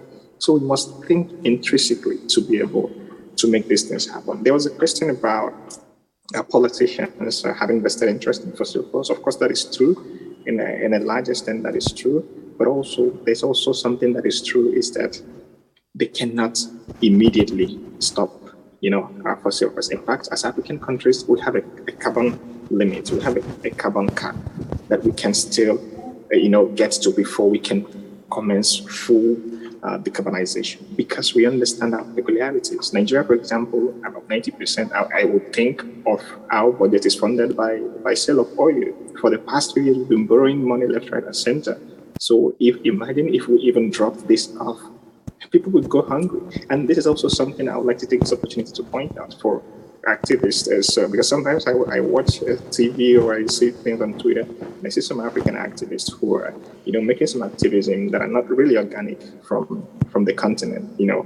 Things that work in other places does not necessarily work in Africa. You have to understand your national context. If someone in, let's say, Denmark, for example, is calling the government to action to decarbonize fully today or tomorrow, they can do that. They have the resources, and everything is in place. They can do that. But if you in your country that is 90% dependent on fossil fuel to fund your budget, you're calling on your country to stop everything in 1 week, in 2 weeks, in 1 year, it's not possible. And it even makes you come off as lacking in knowledge, for not understanding your national context. So you can push your government to have a plan that they can follow. And you have to be realistic about that to know what works and what works. If you become the president tomorrow, what kind of action will you take that will be realistic, that will not make people poor? Because you're not going to decarbonize for people to start suffering and become poor or lose their jobs. You have to plan all these things in context, because these people that are going to transition from fossil fuel, they're also human beings, and they work to build the country's economy. So you have to also make sure that they transition in a very just and sustainable manner. Of course, in terms of job creation, there's a lot of avenues to create jobs, huge potentials, but we need to have people who think, who can manage this process, and who can drive it. There was a question about tax and tariffs. I think that is a huge obstacle for the uptake of renewable energy in the continent. When the government is slapping taxes and tariffs on solar renewable energy components that we are not even producing in our countries, it just negates the whole essence of promoting renewable energy. And mind you, this is an area where young people are engaging. There's a lot of huge startups on solar energy and renewable energy across the continent. So if you're imposing tax and tariffs extravagantly on them, you're just hurting youth-led businesses, youth-led startups, and you're hurting the uptake of these companies. You're making them more expensive than they can be.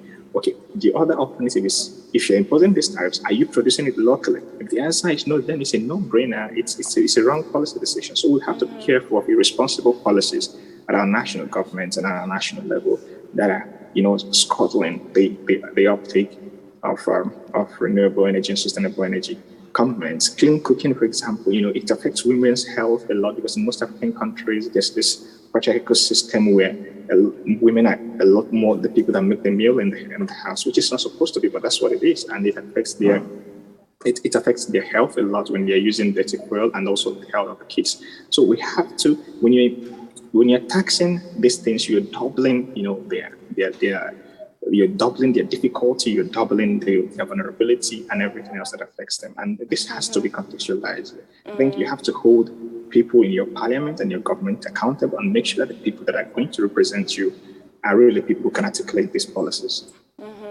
Thank you, Uday. And I think one of the things that I highlighted from your identification of some of the barriers to the uptake of renewable energy is our capacity to move beyond copying what other continents are doing and really innovating for ourselves, which is important. I like the idea of having solar cars as well, as opposed to electric cars. But I want to come to you, Martha, now to just answer some of the questions that were coming from the virtual platform.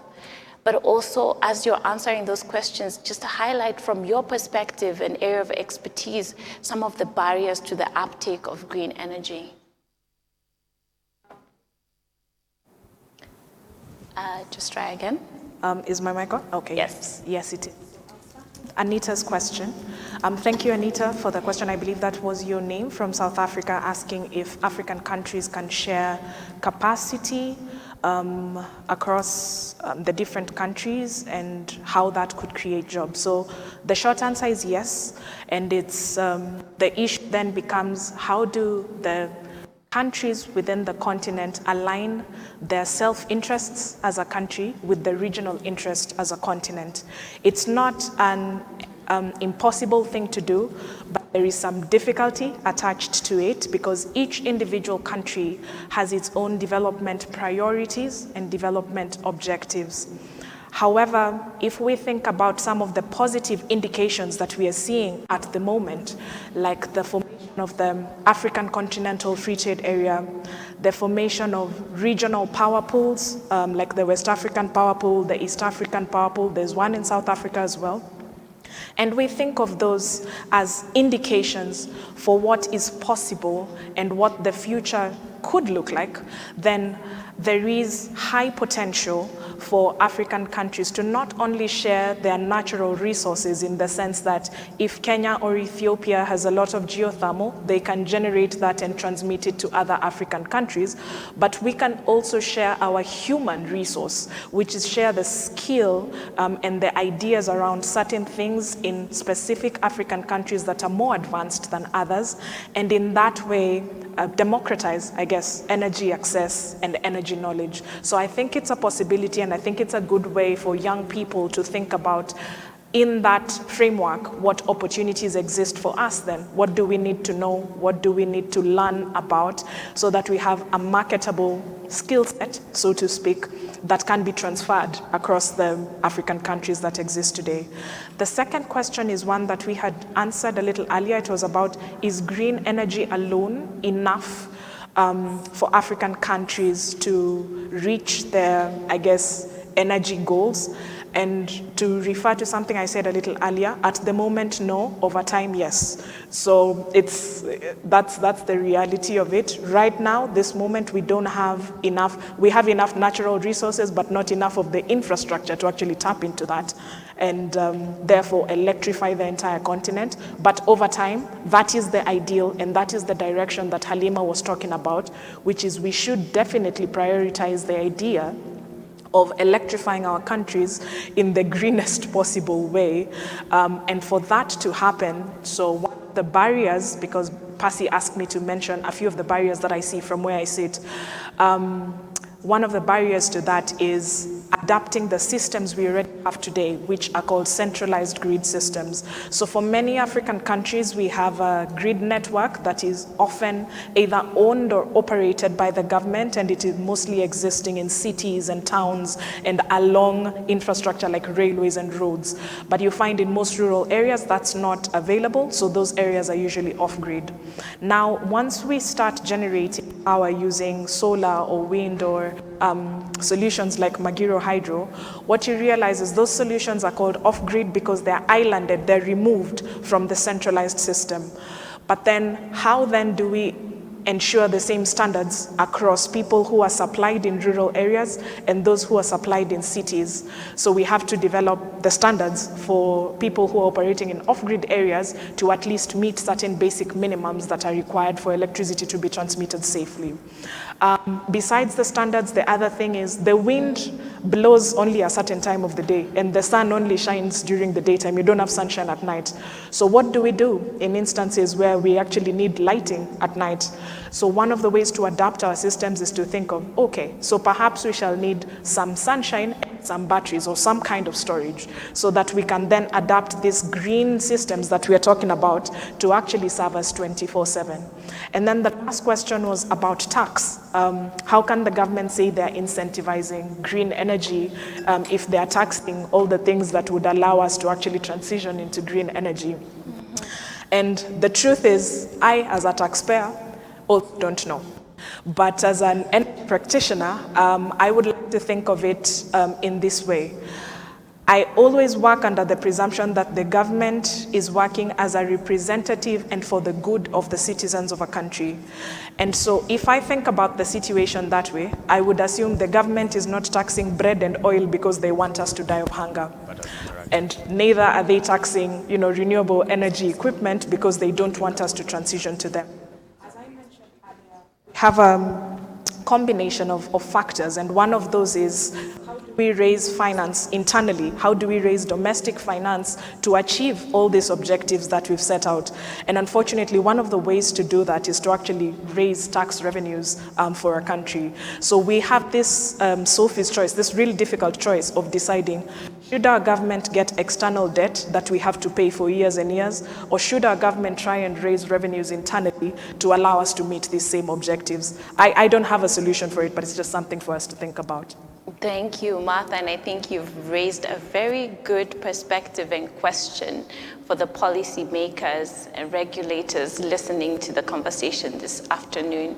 I want to come to you, Halima, and Magiro, but with a different question, as you also try to tackle the questions that were asked to you. And it is, these are very critical conversations that we're having, and they have an impact at various levels. But majority of the time, we have these conversations either in the offices, in the boardrooms, at the UN meetings for you, Chair Gozier. And how do we begin to move these critical conversations from the offices, from the ballrooms, from those virtual platforms, and bring them back to the community? I'll start with you, Halima, and you're also a member of the Energy Reference Group at SID. How can we move those conversations from the offices to the community? And this is critical because for those of you who are listening to the community roundtable, this is something that came up, and I really want us to tackle it on this panel. How do you think we can do that, Halima?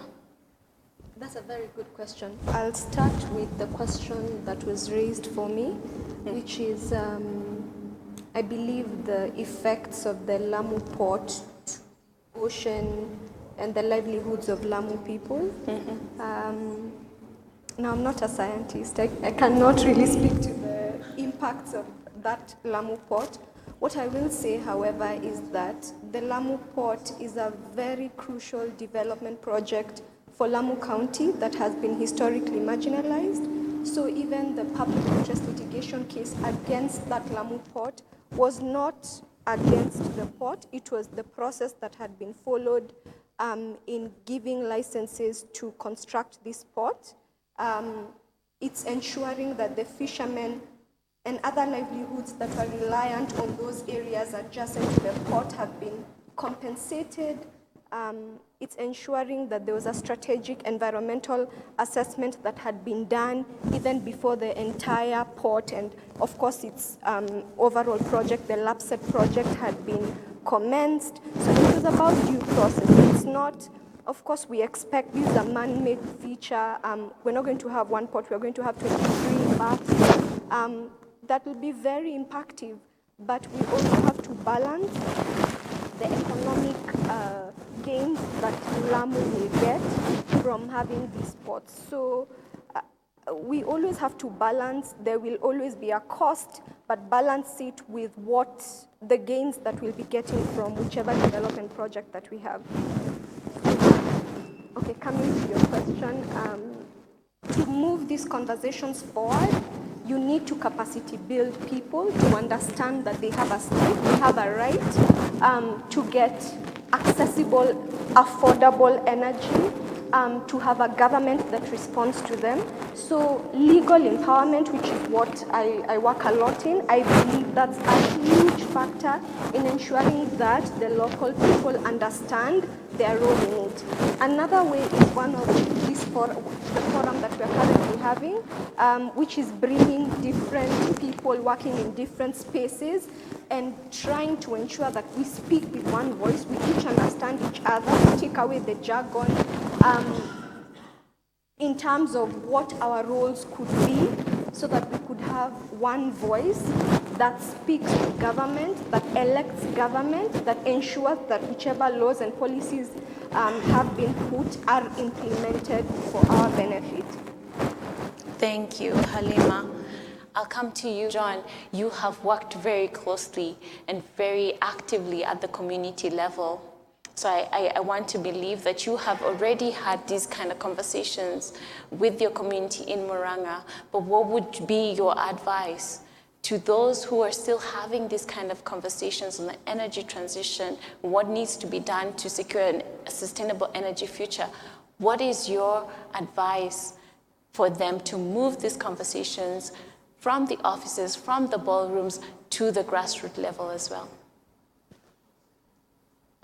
I think the time that we normally apply all the permits, there is that public participation mainly.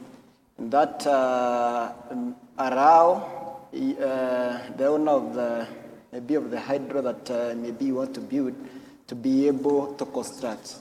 I also say that mainly in the community area, we normally get a lot of the support that mainly it is needed there, because the community, they normally know that you are coming to solve the problem that they normally have. But if you focus on the government issue, on also the receiving of the permits, that is where you see it reach a time you see all the documents that you require, mainly from the government, from the Ministry of Energy, from the Ministry of Environment. It delay, maybe you can have a plan, this site, it needs to be built maybe 3 or 5 years. But you shall see that you are getting the permit allowed maybe 4 to 5 years, the time that you are not be able to build the power. So I think on the community issue, the community, they normally support the project that is coming up to their village. But if you focus on the government way, that is where everything it is get delayed. Yeah. Thank you, John, for sharing that with us. I think there was a question for you from the Zoom, and it was, what are some of the challenges that you experienced as a young person setting up an off-grid electricity solution for your community? Just briefly tell us if there are any barriers to that green development project that you were putting up during the time. I think the time that I was starting to come up with the hydro project, a lot of people, they realized that their vehicles, it is like a competitor of the KPLC. But what I was mainly trying to do, it is the community that they are within to get reliable and affordable power. It is not mainly for trying to come up exhibiting with the Kenya Power, but the challenge is Kenyans, they normally know it is only the Kenya Power that they normally produce, they normally supply electricity. But what mainly I am doing, I am generating and then supplying the Kenya Power. And you normally know the Kenyan is only have the permit to generate, and then from that time to sell it direct to the Kenya Power, and the Kenya Power to distribute to the community. Because on my side I focus, the time that I can say the power I need to generate, it is not enough to sell to the Kenya Power. The main thing, it is not mainly generating and then selling to the Kenya Power, because I will not solve the problem that our community are solving. That is the time that I decide to generate and then to give it direct to the community. Yeah. Thank you, John, and very important issues you're raising again, which ushers me to the final question before we kind of move on to the next step of this session. And it is then, it is the future of energy in Africa off-grid? Now, I'll start with you, Chair Gozie. Just briefly, in about 1 minute, is the future of energy in Africa off-grid? Well, it looks like it. Of course, there will be some convergence at some point, mid-century or something in that line. But it's moving towards that. People need to have a lot of independence in the energy generation. I'm a huge champion of energy democracy, that people should be able to provide the energy for themselves, use it as they want, be able to control it, be able to sell it to the government or to their neighbors if they want, to be absolutely in control of the energy choices. And this is how you can help achieve, energy access. This is a continent that has 600 million people without access to electricity, and you need to solve this problem. It's a huge problem. The government has proven itself incompetent in solving this, and you need to give the power to the people to solve this problem. If this happens in such a large scale, we are moving to a lot of off-grid. I may not be able to say that it will be completely, off-grid. There will also be some community things that are happening there, but largely independent from a national scale, a national grid that government may be providing. So this is the way it's going. In a lot of countries that have implemented this, for example, in Bangladesh, it's really developing quite well and rapidly. People are absolutely in control in some communities, especially in rural areas where there's no electricity in 50 years, in 10 years, in 20 years. There are communities like this in the continent. There are people who haven't seen electricity. It's ridiculous, but they're out there. So we need to solve this problem by giving power to the people to decide on their energy needs. And if this happens, yes, we're looking at output. Thank you, Chair Gozie. Martha, 1 minute. Is the future of energy in Africa decentralized, off-grid? Since I have a minute, I'll try to make this really quick. The future of energy in Africa is hybrid. So it is off-grid and on-grid. At the moment, our best bet for electrifying rural areas is really through the use of off-grid and mini-grid systems, decentralized systems that are close to where the users are, using the resources available there and having distribution networks attached to those generation systems. However, we still have quite a bit of use for our centralized infrastructure, such as the uses that Anita was talking about. How do we interconnect African countries if we decentralize our entire system? Mm-hmm. And so, in my view, the future of energy in Africa is a hybridized system where we do have centralized networks and we do have off-grid systems. Great, thank you, Martha. Halima. I align myself with what Martha has said. It is a hybrid, and the reason is because, even in Kenya, I think in 2018 we had gotten up to 90% connectivity, and it was because of having a centralized grid as well as off-grid solutions. So those are the solutions that work for us. However, just thinking back to the cost of our electricity, which is still very high, we need transmission and distribution networks that run across countries to ensure that at the very least, yes, we'll have access to energy. Energy sovereignty is very important. But if we can share, we have the Continental Free Trade Agreement. If we can share resources, sell to each other at a much affordable rate than it is to have off-grid or centralized grid solutions that are expensive, we need to do that. Mm-hmm. Mm-hmm. And John, I'm sure you're going to align to this as well, but I give you 1 minute to just expound for us. Is the future of energy in Africa off-grid? On my side, mainly, I can say that the off-grid and the on-grid, it is not mainly coming for exhibiting each other. What you are normally looking, it is to solve the problem that is there. So if you look on the on-grid, what we are normally doing, we are generating power at a certain, maybe 400 kilometers, and then we need to do transmission to a certain area where we normally have water that can be, you can set aside there, maybe a certain production that will be able to solve that community area. But you are using a lot of money for the construction.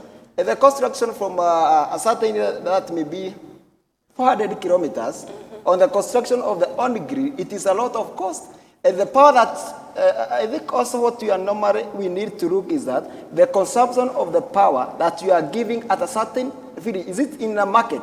We need to done a research that as this market or a certain town, we need this kind of the consumption, maybe 1 megawatt. There is no, instead of getting 20 megawatts for a certain town, and the need of that certain town, it is only 500 kilowatts. So mainly we need to focus which amount of the power that you need to generate, and which amount of the money that you can mainly focus. Because you find where the somewhat it is, where you are doing for the hydro, at that certain community, they normally need a certain amount of money. But if you need to be connected to the national grid, we need a lot of millions of money to be connected. There is maybe 10 or 30 customers that they want to be connected. Mm-hmm.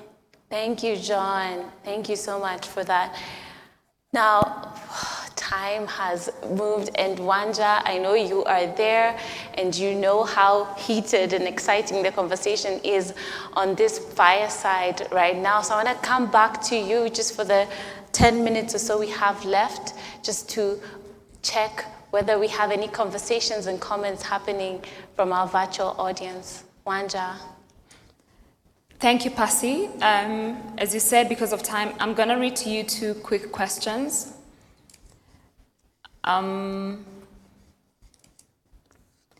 Ibrahim Abdallah. Hello, Halima. Our government is investing a lot in renewable energy, but this is not directly impacting on the lives of the local communities. For example, the Lake Turkana Wind Power Project has no benefit for the Marsabit County, leave alone the local community. So Marsabit County residents still depend on generators to do their work, while the wind power project is connected to the national grid. How can we ensure that such projects benefit the local communities? And then we also have Biju from YouTube. He's asking, is nuclear energy green energy, and is there potential for it in Kenya? Thank you, Wanja, for those questions. I'll quickly jump to you, Halima, to address the question coming from Ibrahim. Yeah, so that's a very good question. The Turkana wind power plant injected quite a bit of energy, I believe 310 megawatts, into the national grid, and that's what pushed us up all the way to 90%. When you look at the Energy Act, local communities and the county government has a stake in royalties that come out of extraction and use of renewable resources. So 5% to local communities and 25% to county governments. So there's a benefit there.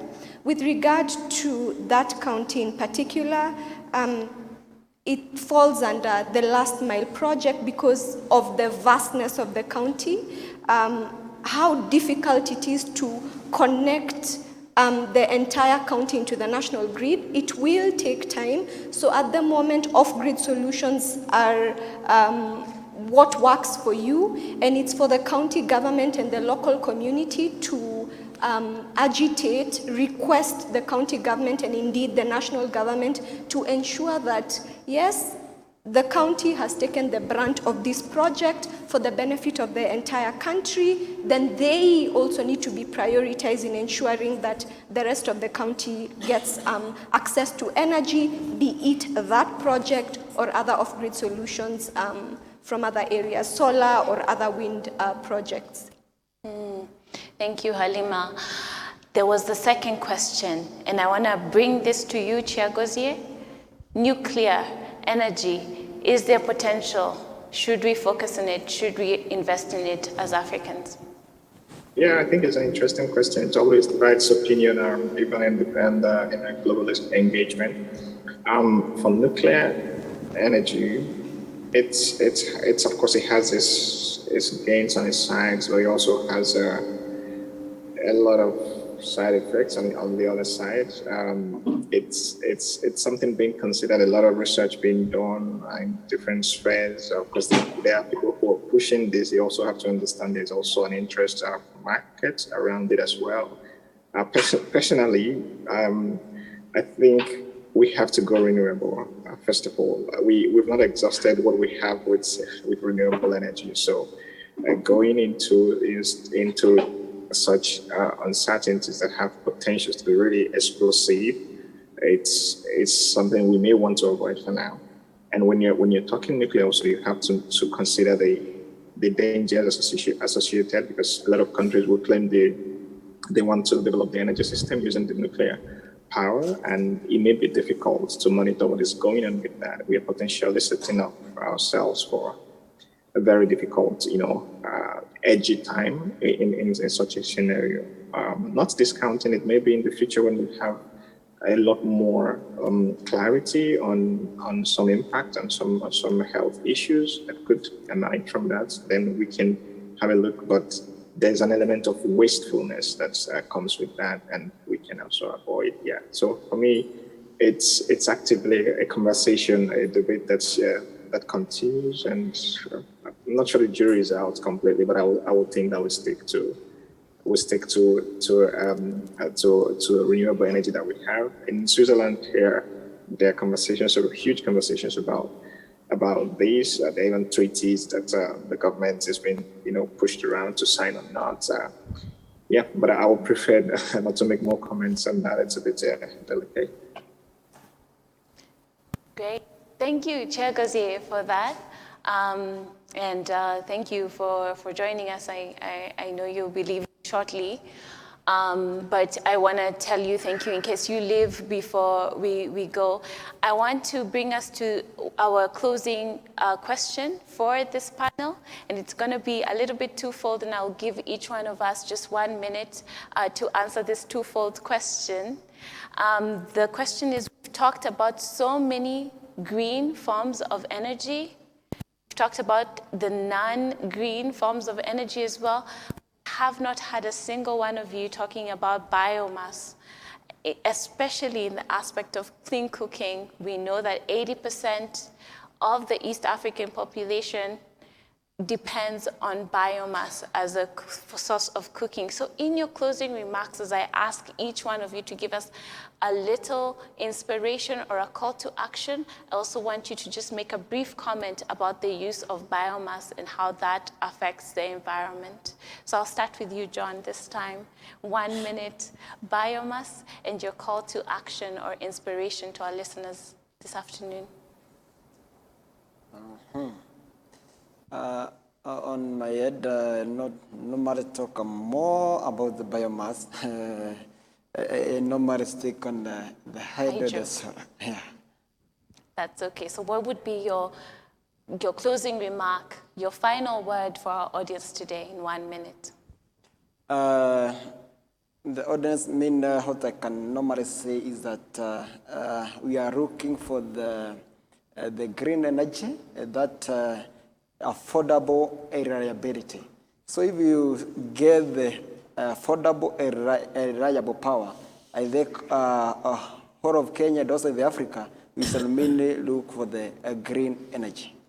Thank you, John. Thank you, John. Chair goes here because you have to leave. I give you 1 minute. If you have any remarks on biomass in all its forms, charcoal, firewood, waste, let us know. And also give us your final word or your call to action or inspiration for our listeners this afternoon. Yes, thank you. Thank you, Percy. I see comments on the chat about Chernobyl, like really, really ugly incidents that remind us of the dangers of nuclear power. I just wanted to mention that regarding biomass, of course, they are opposite school of thoughts, about how some parts of it will cause air pollution and the other. But, you have to consider there are various types of biomass and there are various sources. So which ones are good enough that they are not contributing to what they should be mitigating? And that's in that way you'll be able to arrive, at a good criteria to determine which biomass is good enough to be used and which ones are not, that efficient, are not that green in terms of providing energy that has limited or reduced or zero emissions, that they are not even causing more emissions than the previous sources would do. So yes, it's definitely a solution, an alternative, but have to be considered in context of what leverage does it have on already existing sources. Thank you, Chair Gozier, and thank you for joining us for this session. I want to come to you, Halima.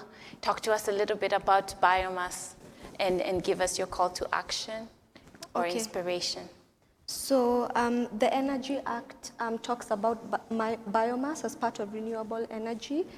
About the majority of the rural population uses biomass. It recognizes that, and it devolves that function to counties. So perhaps what we would do is recommend county governments to come up with these regulations. It's a shared function, electricity and gas reticulation, as well as energy regulation. Both national government and county governments can come up with regulations on the same. So please, just to encourage county governments to regulate a resource that is already there, that most of the rural population uses. The national level, just to encourage that we have the renewable energy feed-in tariff system. We don't have regulations yet. It also includes biomass. Come up with regulations to implement legislation.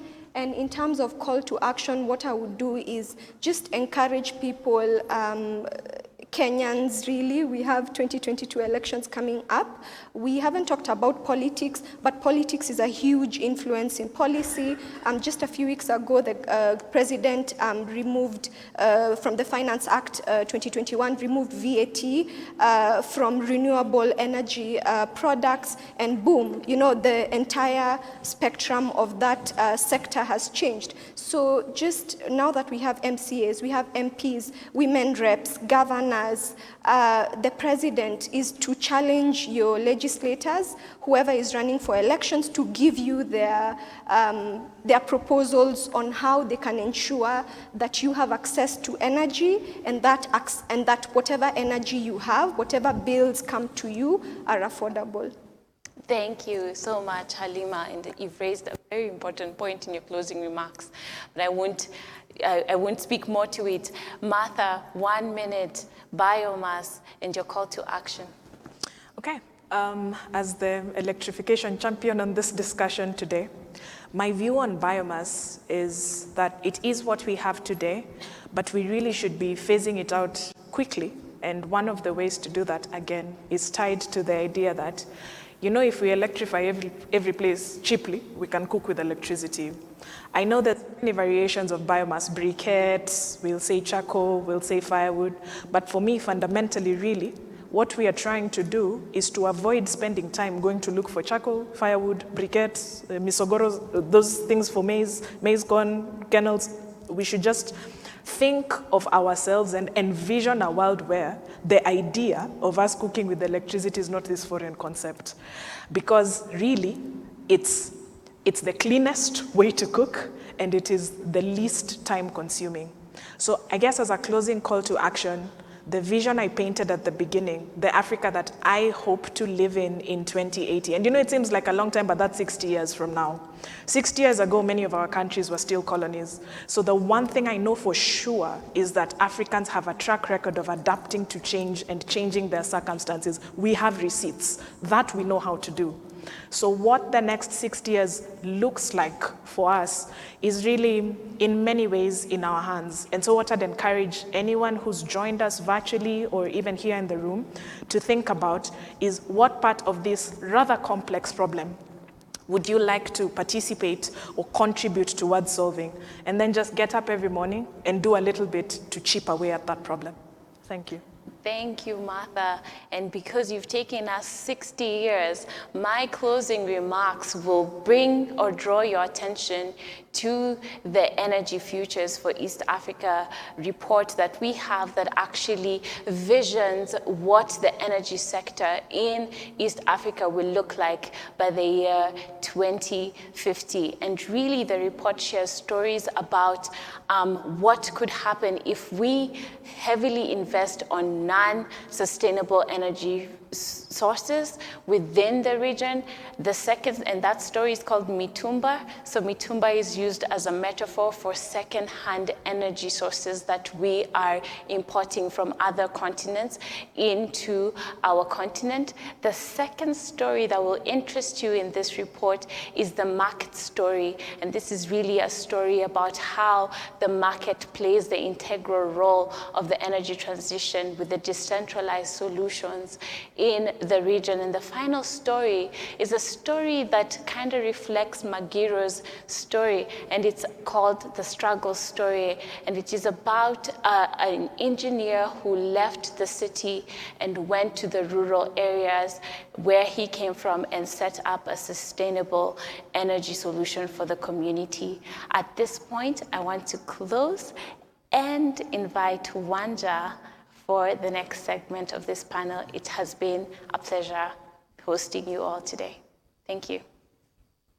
So before we head over to Bill for the Art in Action section, we're going to run a quick poll. It's going to come on your screen, and all you need to do is just click yes or no. There it is. So you can go ahead and vote. And then we're going to announce the result real quick and see where we stand on these questions that have been raised on some of these issues. And here we go. On the first question, will renewable energy alone be enough for Africa to meet its developmental ambitions? The yes have it. Second question, do you think Africa is ready to stop using biomass, for example, charcoal, firewood, and all of that? The no's have it at 74%. Third question, do you think African governments have a plan on how the continent will transition to a green economy? The no's have it with a resounding 70%. And question 5, which country in Africa is most vulnerable to climate change? The yes have it with Madagascar. That brings us to the end of this poll. Thank you for participating. We're going to do the same tomorrow, and I'm gonna hand it over to Billy for the Art in Action session. The best part about Art in Action is that we immediately put the action into the conversation, because after the conversation, we want to go out into the public, we want to go out into the community and engage as individuals and as community members with ourselves within the community, but also, as was very aptly put by Halima, with the aspiring politicians who want to come and represent us in 2022 and beyond. What is their policy with regard to climate action? That is one of those things that are so individual, you cannot outsource. Well, my illustrators and I, we have been conversing along with you, and we have been curating the conversation, and you can be assured that post-conversation, we are carrying what you have said with you, and we are taking it to everybody that's within earshot and everybody that is able to view and observe what we have come up with. So, ladies and gentlemen, what I want to do now is I want to walk over to Celeste and to Bill, and both of them have a very unique and different way and approach of interpreting what was just conversed about and communicating that to you. Celeste is primarily a digital illustrator. Bill is primarily a physical illustrator, but both of them communicating extremely compellingly, extremely focused, and I think seem to carry what the conversation has been all about. Tell us a little about your curating journey. as a result of this conversation. Where are you taking us? Where did you come from? And how did you arrive at where you're at? So I've been listening to the discussion, and from what I gathered from it is basically the journey that Africa is on with regards to green energy, green sustainable energy. I mean, we have started, if you look at the left corner of my illustration, we've started at a point of pollution and, the traditional forms of energy. And we are on a journey towards a green economies, a green energy Africa. And on that journey, there are detours, challenges, which I have color-coded in red or pink, depending on how you look at it. And just highlighting a few of those challenges that are part of that journey. And at the same time, we have good strides that we've made, things that we can improve on, and those I've color-coded in green. So it's a continuous effort to get everyone towards that goal of green energy in Africa, and I've summarized that in my illustration, as you can see on your screens. And it's been fun. Thank you so much, Celeste, pointing us along a very compelling journey towards a green, sustainable, clean Africa. Thank you, Celeste. Well, Bill, let me come over to you. And why don't you tell us what your illustration is all about? From the discussions by the panelists, who are very clear about the use of energy, mine was a little bit of a negative. Okay, I was looking into the future, and I decided to take the angle of what would happen if we were to continue using fossil fuel, which from my illustration, we are directly or indirectly roasting the earth. So I've put a little bit of everything. There's deforestation, and then the globe, firewood, and the fire. So of course the fossil fuel is from the deforestation, the trees, the coal. Now the earth is like on a rotisserie. This is what we are looking at if we continue using fossil fuel, from what I've gotten from the panelists. So there you have it from Bill. The earth is on a rotisserie, and if it's on a rotisserie, so are you. And there is no exemption clause. This is very apt because right now, the Gulf of Mexico has been trending for the last several days, and that's just a snippet of where we would be headed if we are irresponsible about our handling of energy, with particular regard to fossil fuels. Thank you so much, Bill. Thank you so much, Celeste. Back to you, Wanja.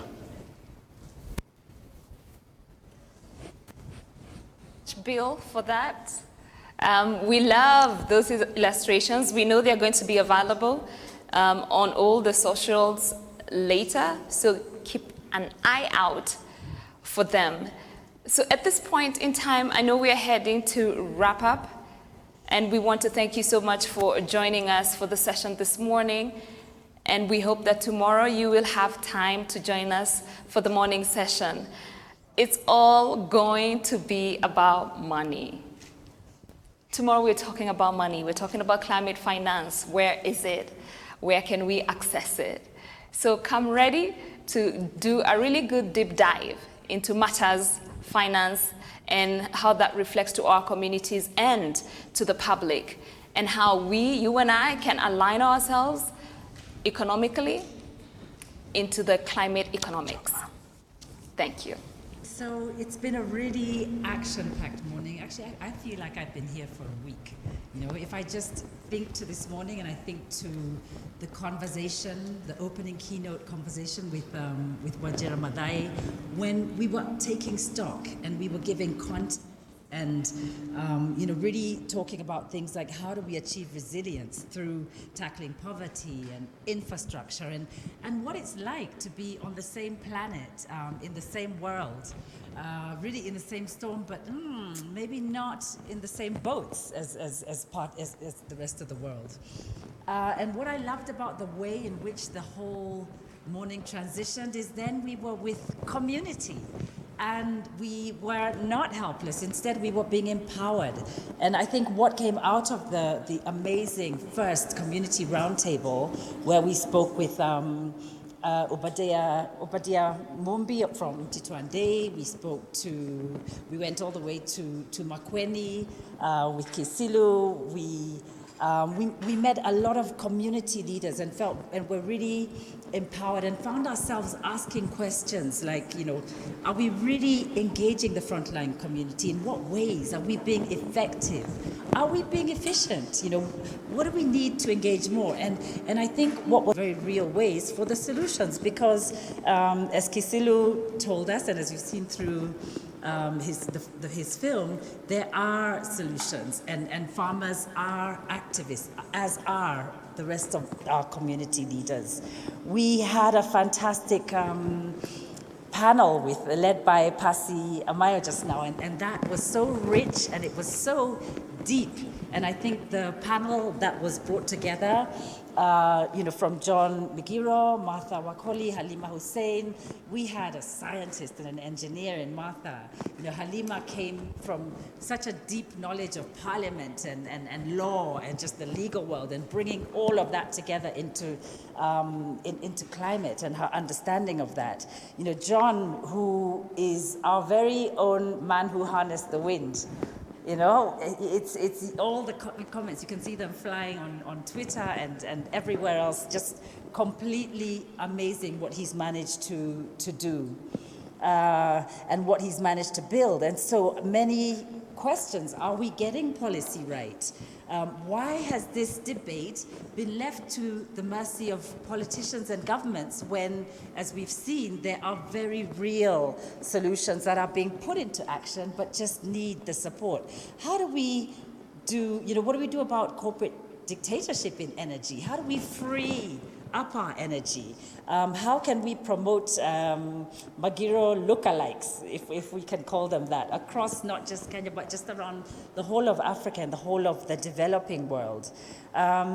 We've heard from, across the day, just suggestions, and really strong recommendations that perhaps, as Martha says, the future of power in Africa is a hybrid. It's off the grid, it's also on the grid. But how, and all our panelists said this in different ways at the end, how do we interconnect Africa? So again, how do we begin to speak and really collaborate as a continent? Because much as we're able to generate, as we've been seeing, power, and we can decentralize it, really ultimately we're going to have to figure out how to interconnect African countries and share that power really adequately. So many questions. Wonderful to hear from Chair Gozie from the Global Focal Point, who also took his time to warn us of to be a little cautious when it comes to even understanding things like nuclear, alternative energy such as nuclear power.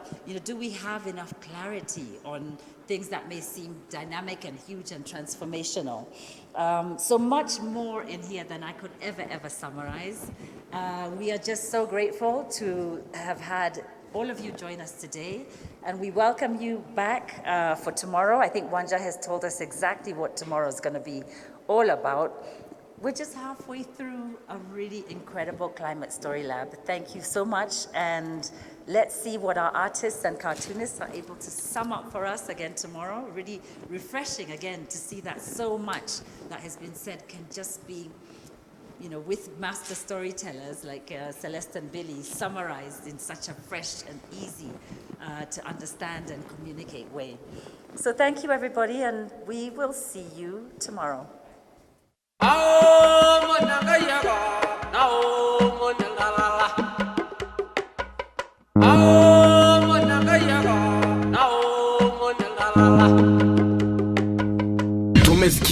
Tumesikia, la mgambo limelia, tunaujali, tumeitikia wito, tunaelekea kuliko, tumeambiwa ujumbe wa wajumbe ni mzito, umebeba lawama, uelekeo na suluhisho, kumwonyesha Mwafrika nini thamani ya kesho. Wanasema Hali ni mbaya, mambo ni mengi na muda ni mchache. Wanasema wameanza kampeni mtaa kwa mtaa, kijiji kwa kijiji, nchi kwa nchi. Nchi 54 Afrika ni chache, hawatolala usingizi mpaka usalama wa mazingira Afrika waupate. Wajumbe wanasema umaskini Afrika usitusahaulisha ajenda ya mabadiliko ya hali ya hewa ya dunia. Umaskini ni tatizo, lakini kukosa makazi ni tatizo kubwa zaidi la kuliangalia. Tukiendelea kulia njaa bila kuangalia usalama wa mazingira, ni wapi chakula tutalimia? Ni wapi chakula tutalia? Wanakazia ajenda ya mabadiliko ya hali ya hewa na tabia ya nchi sibinafsishwe, iwekwe wazi na kila mmoja ashirikishwe. Madhara na nini kifanyike juu ya mazingira, kila mmoja ahabarishwe. Kwenye ushirikishwaji kila mmoja atahisi wajibu, hata ngoja alazimishwe. Wajumbe wanasema asili ni rafiki wa asili, tutumie ni njia za asili kuishi ili asili tustiri. Matumizi ya magari ya nishati ya jua yanashindikana vipi Afrika? Tunalo jua tele, linamulika, linahitaji kutumika. Au wakubwa wanaogopa soko la mafuta litaharibika? Umeme vijijini unakosekana vipi na tuna nishati za asili? Tutokeni nje ya boksi, tuacheni kukalili. Tutumieni upepo, jua, maji na nyinginezo ambazo mazingira zitoyaathiri. Miti inakatwa, sasa mnadhani nini kitaleta mvua? Hewa safi tunapata wapi? Dar es Salaam wanaungua na jua.